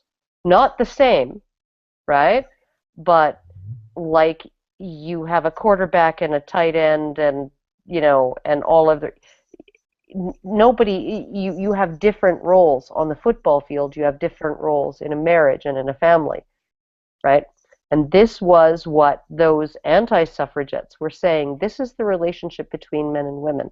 It is not one of competition. It is one of cooperation. And yet, somehow, feminists who declared war on men in 1848 at Seneca Falls, they are the ones who are saying it is toxic masculinity. It is patriarchy that promotes the idea that men and women are in competition, right? All the while, they're saying we need 50% women on these boards of directors. We need 50% women in Congress. We need 50% women in this, that, and the other, in STEM fields. We need 50% women in all of these positions of power. But it's not a competition. That's just a function of toxic masculinity, right? Yet these women who were very politically active, who had voices, who had influence, because this was 1909, and they'd been fighting a battle since 1850, right? And the battle was not lost on their side, right, until women's suffrage came into effect in 1918, 1921, depending on where you were, right? So they fought for 70 years politically, these women, to oppose women's suffrage. And they defeated it for 70 years on the basis of my relationship with men is one of cooperation and complementarianism. It's not about competition. It's about teamwork. It's about a mutual destiny. Right? Yeah. Okay, and that does not mean that we advocate getting rid of women's right to vote. However, Oh, we're whatever, Allison. Oh my God, just let me. You know exactly what people are going to say. Let me feel moved by the know noble exactly words. what people are going to say. No, jeez. Okay, everyone. You know how I feel about the vote. The vote is shit. I'm going to throw my chip in with 20 million other chips, and that counts for something. Like, fuck that shit. I do way more. I accomplish way more doing what I'm doing. And I have a voice. And the suffragettes and the feminists didn't give me that voice because women had that voice long before they came along. Yep. Yeah, no, that's true, and I totally agree with you. And what I would throw in the ring is when you give all of the rights of citizenship, including the rights to vote, to one set of citizens, but without any of the obligating responsibilities to the state, you create two classes of citizen by definition. That's not equality.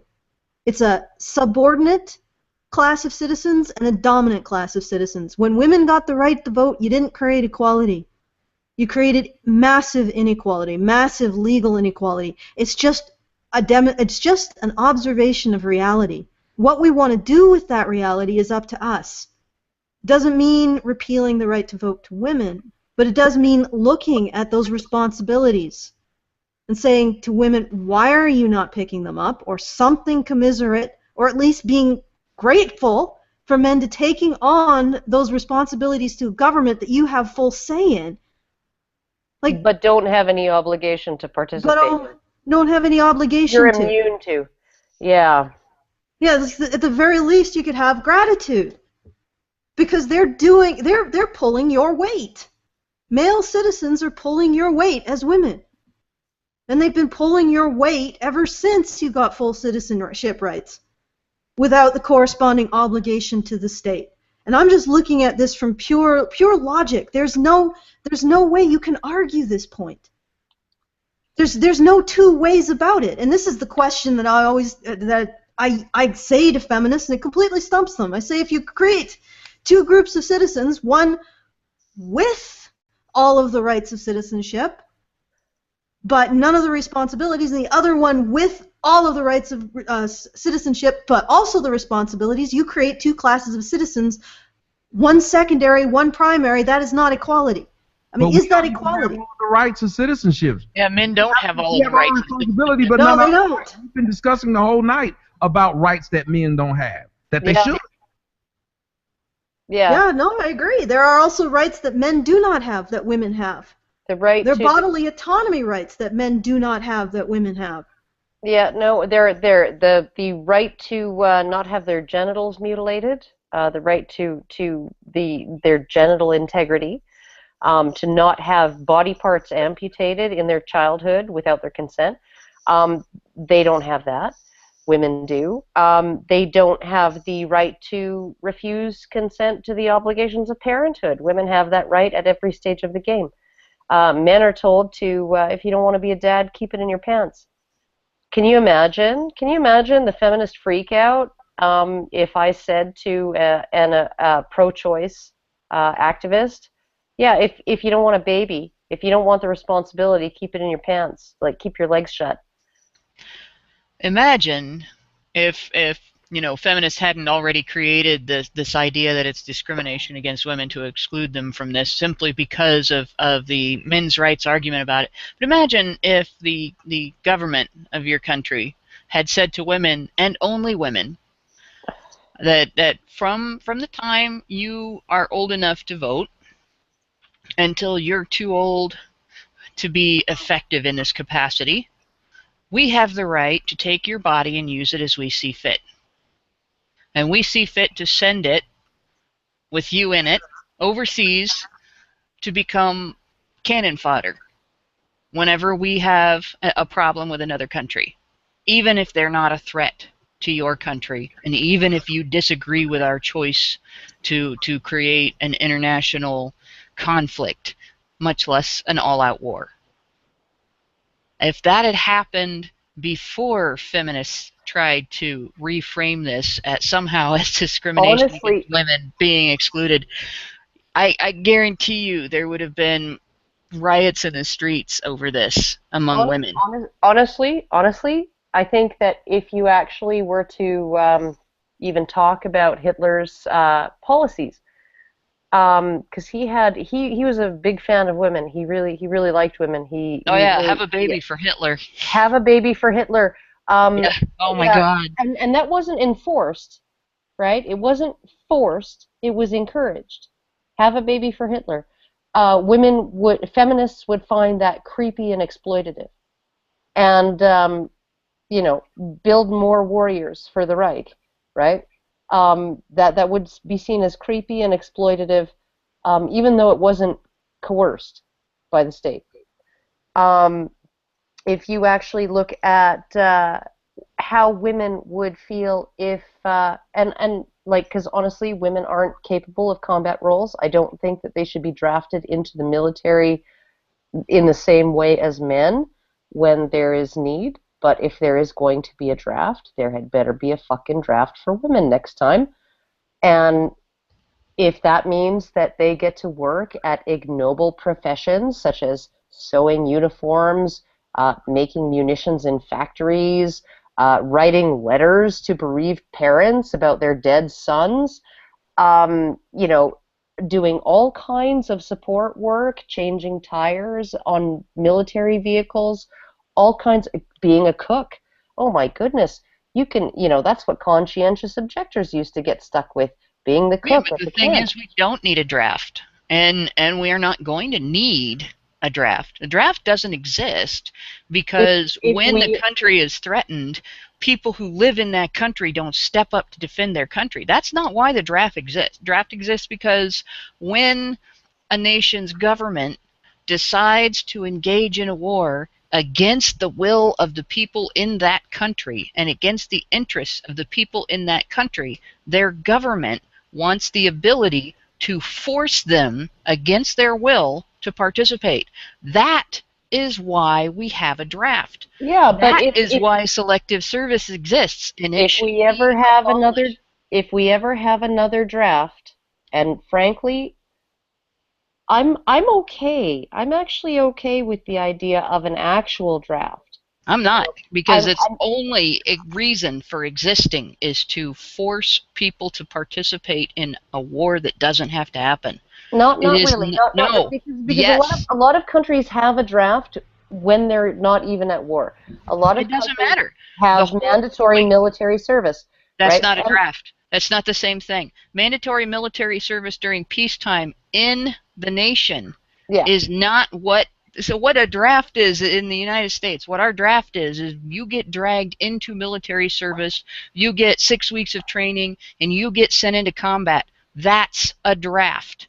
okay, That is selective, and it's a lottery.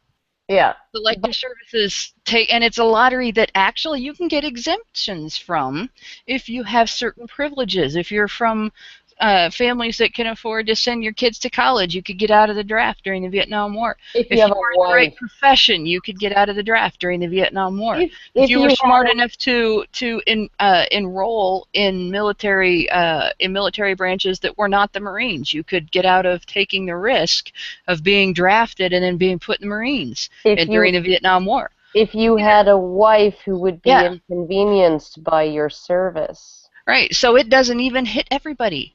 It hits the poor.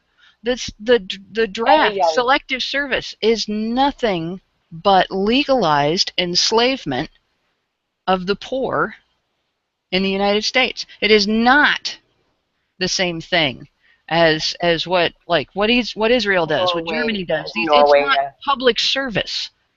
It is enslavement and the Yeah. use of men as disposable cannon fodder, and it Hmm. should be abolished. There is no right to have a draft. The government doesn't have the right, and the people don't have the right to inflict that on anybody. All right, but I have the right to tell you both that the fight is over. I mean, it's not over, but the bell has rung and we're moving on to the next round. Rachel, you have something to add. Yes, I do actually, and this is related to what we've been talking about, the overarching topic, which is fatherless America. And this is something that I've gathered just over the conversation that we've been having about, first off with women who have children by different men, and just having a lack of overall sexual responsibility. I think what has been lost here in the loss of fathers and having that person in your life is the loss of intimacy. And what I mean by that is I'm not just talking about having sex. I'm talking about considering your sexuality to be something important and making sure that the people that you have sex with are important to you and that you make every single person count.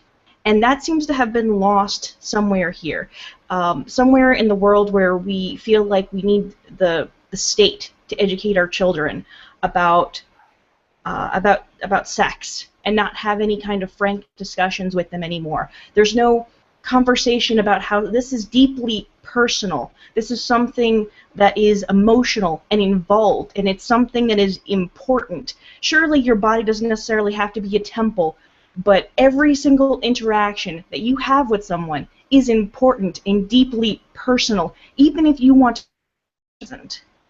And it's something that is lost, that we're losing.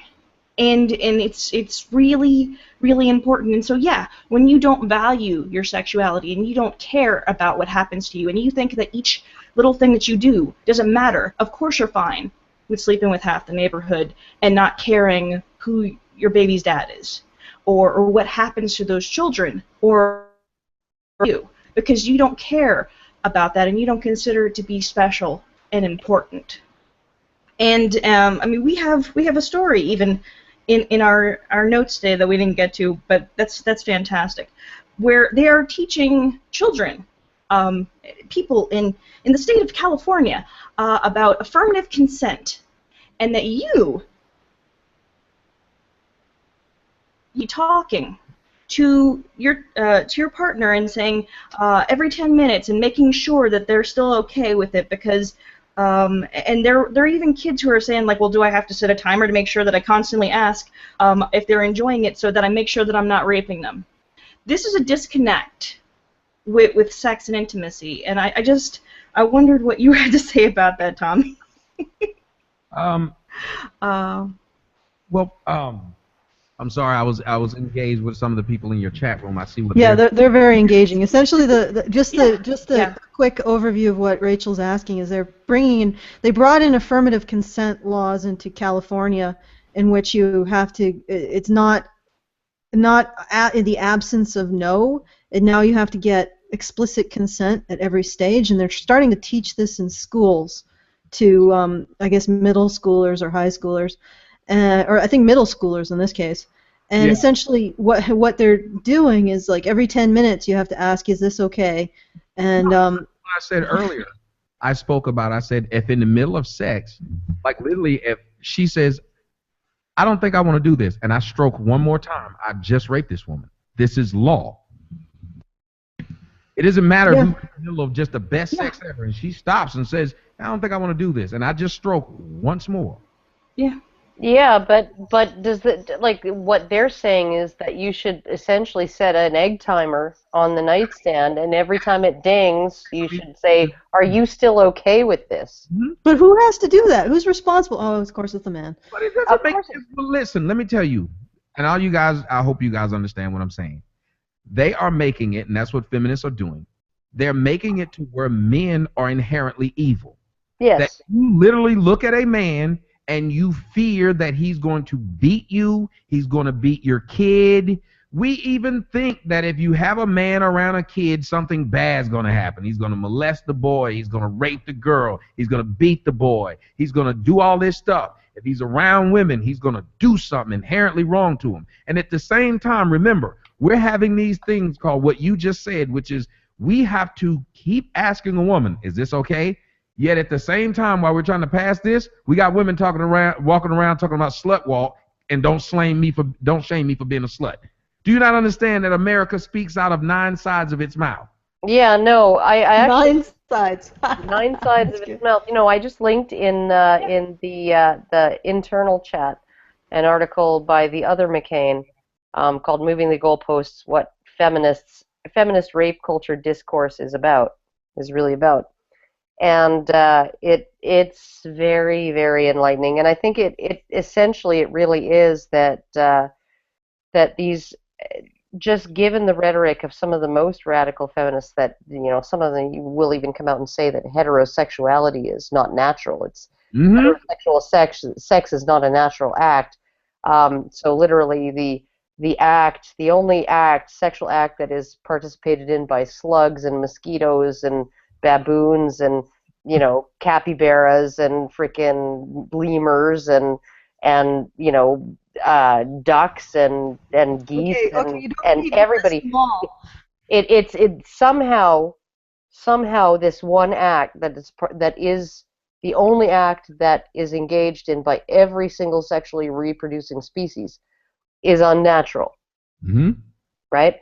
And I don't know why the fuck they want to do this, but it seems to be what they're after, is that they want to drive such a wedge between men and women so that women are terrified that men are going to rape them, men are terrified that women are going to trap them into fatherhood or falsely accuse them of something, right? Or that they're going to rape women. I mean, consider all the rhetoric that's going on and what's happening to these young men who think that if they don't get explicit consent at every stage that they're going to... Yeah, no. And one of the things, too, because, like, David Lisak, right, a lot of his research was discredited solely on the basis of the fact that the sample was not representative of a college, of a residential college where they're, like most of the students are staying on campus, right? And that he didn't interview the subjects himself. But the results of the research that he actually provided, fraudulently spinning it very, very much in, yeah, I know what I'm talking about because I did all this myself with my own hands, right? Okay, he said I built this table with my own hands. He didn't, but it's still a fucking table, right? Okay. It still meshes with all of the research that we already have about the nature of rapists. And I don't think the nature of men who rape changes the moment they set foot on campus. I don't think that's the way things work. No, Right? Well, this is the And he study is found not applicable to college per se, the way that they try to apply to college, but it yes, is applicable to to rapists. sexual violence. Yes. And there's a second study that, God, I can't remember okay, which. guys. There's a military study that had the same, that said the same thing. Exactly, the same thing. And essentially what it says is that 90% or so of rapes are committed by recidivists who are unrepentant, right? Yeah. And then the remainder are committed by one-time offenders. And something tells me that in the cases of some of those one-time offenders, right, who never went on to do it again, those were cases of the woman crying afterwards because she regretted it, even though she never told him no and she never indicated it. The Lena Dunham thing. I egged him on by talking dirty, but he was actually raping me. I was just talking dirty to him to convince myself that I was consenting. Oh, for God's sake! Right? All right, Karen, Yeah. this is we really because Tommy's already Okay, said. we gotta go. I know we gotta go. I just hate to leave. I hate No, to let. I know. You like to spin out like a half a dozen new topics just before we need to leave. I know, I do. I like that. You just love to throw the I spaghetti. gotta say, you guys have done an awesome. I gotta say this. You guys did an awesome job because you caused me to miss my Atlanta Falcons. I wanted to see my Falcons game, but I enjoyed talking to you more than watching the NFL, and that's saying something. Oh, Thank wow. you. That's very awesome. flattering. And you were talking to a gaggle of women and a freakishly bizarre animated talking dog. Welcome to the Badger side. Don't laugh, Brian. That creeps me out. Oh my God, he looks like he's chewing a toffee. Oh my, all right. Okay, well, thank you for coming on, Tommy. It was wonderful having you Thank you, on guys. the show. All right, Fatherless America, people, there's a Indiegogo page on it that we will link in the low bar. Go and donate. Yes, go and donate and help make this happen. And help Tommy recover from the trauma of his cat destroying his hairline. Yeah, that cat Yes, is a person. It's a bad person. I'm amazed. Well, it's a cat. I'm amazed that you were actually so together on this show, considering how upset you were when that happened. The cat forced me to do the show. The cat's right here. It has me at gunpoint or claw point. All right. All right. I understand now. Fan of the bad. Okay. All right, before we close out, I just have a few last things to say. A few shills go out if you're interested. The links are in the low bar. There is a link to a very interesting new gender-neutral domestic violence ad that you probably should take a look at. And also, amazingly, like jaw-droppingly amazingly, TEDx has created a talk called Why We Need Men's Rights. I can't fucking believe that's at TEDx. It's Like, awesome. It's like we're in the Twilight Zone. I'm waiting for the reveal at the end. It's actually it brings me a lot of hope. Yeah, it is pretty incredible. Yeah, people are finally listening. Now we just got to make sure the feminists don't hijack men's rights and be like, oh, we were all about this from the beginning. Well, fuck, let them. But let's hold them to their feet to the fire about actual equality and actually recognizing the dark side of women and recognizing that women can do evil, but not just do evil, but do evil in ways specific to women.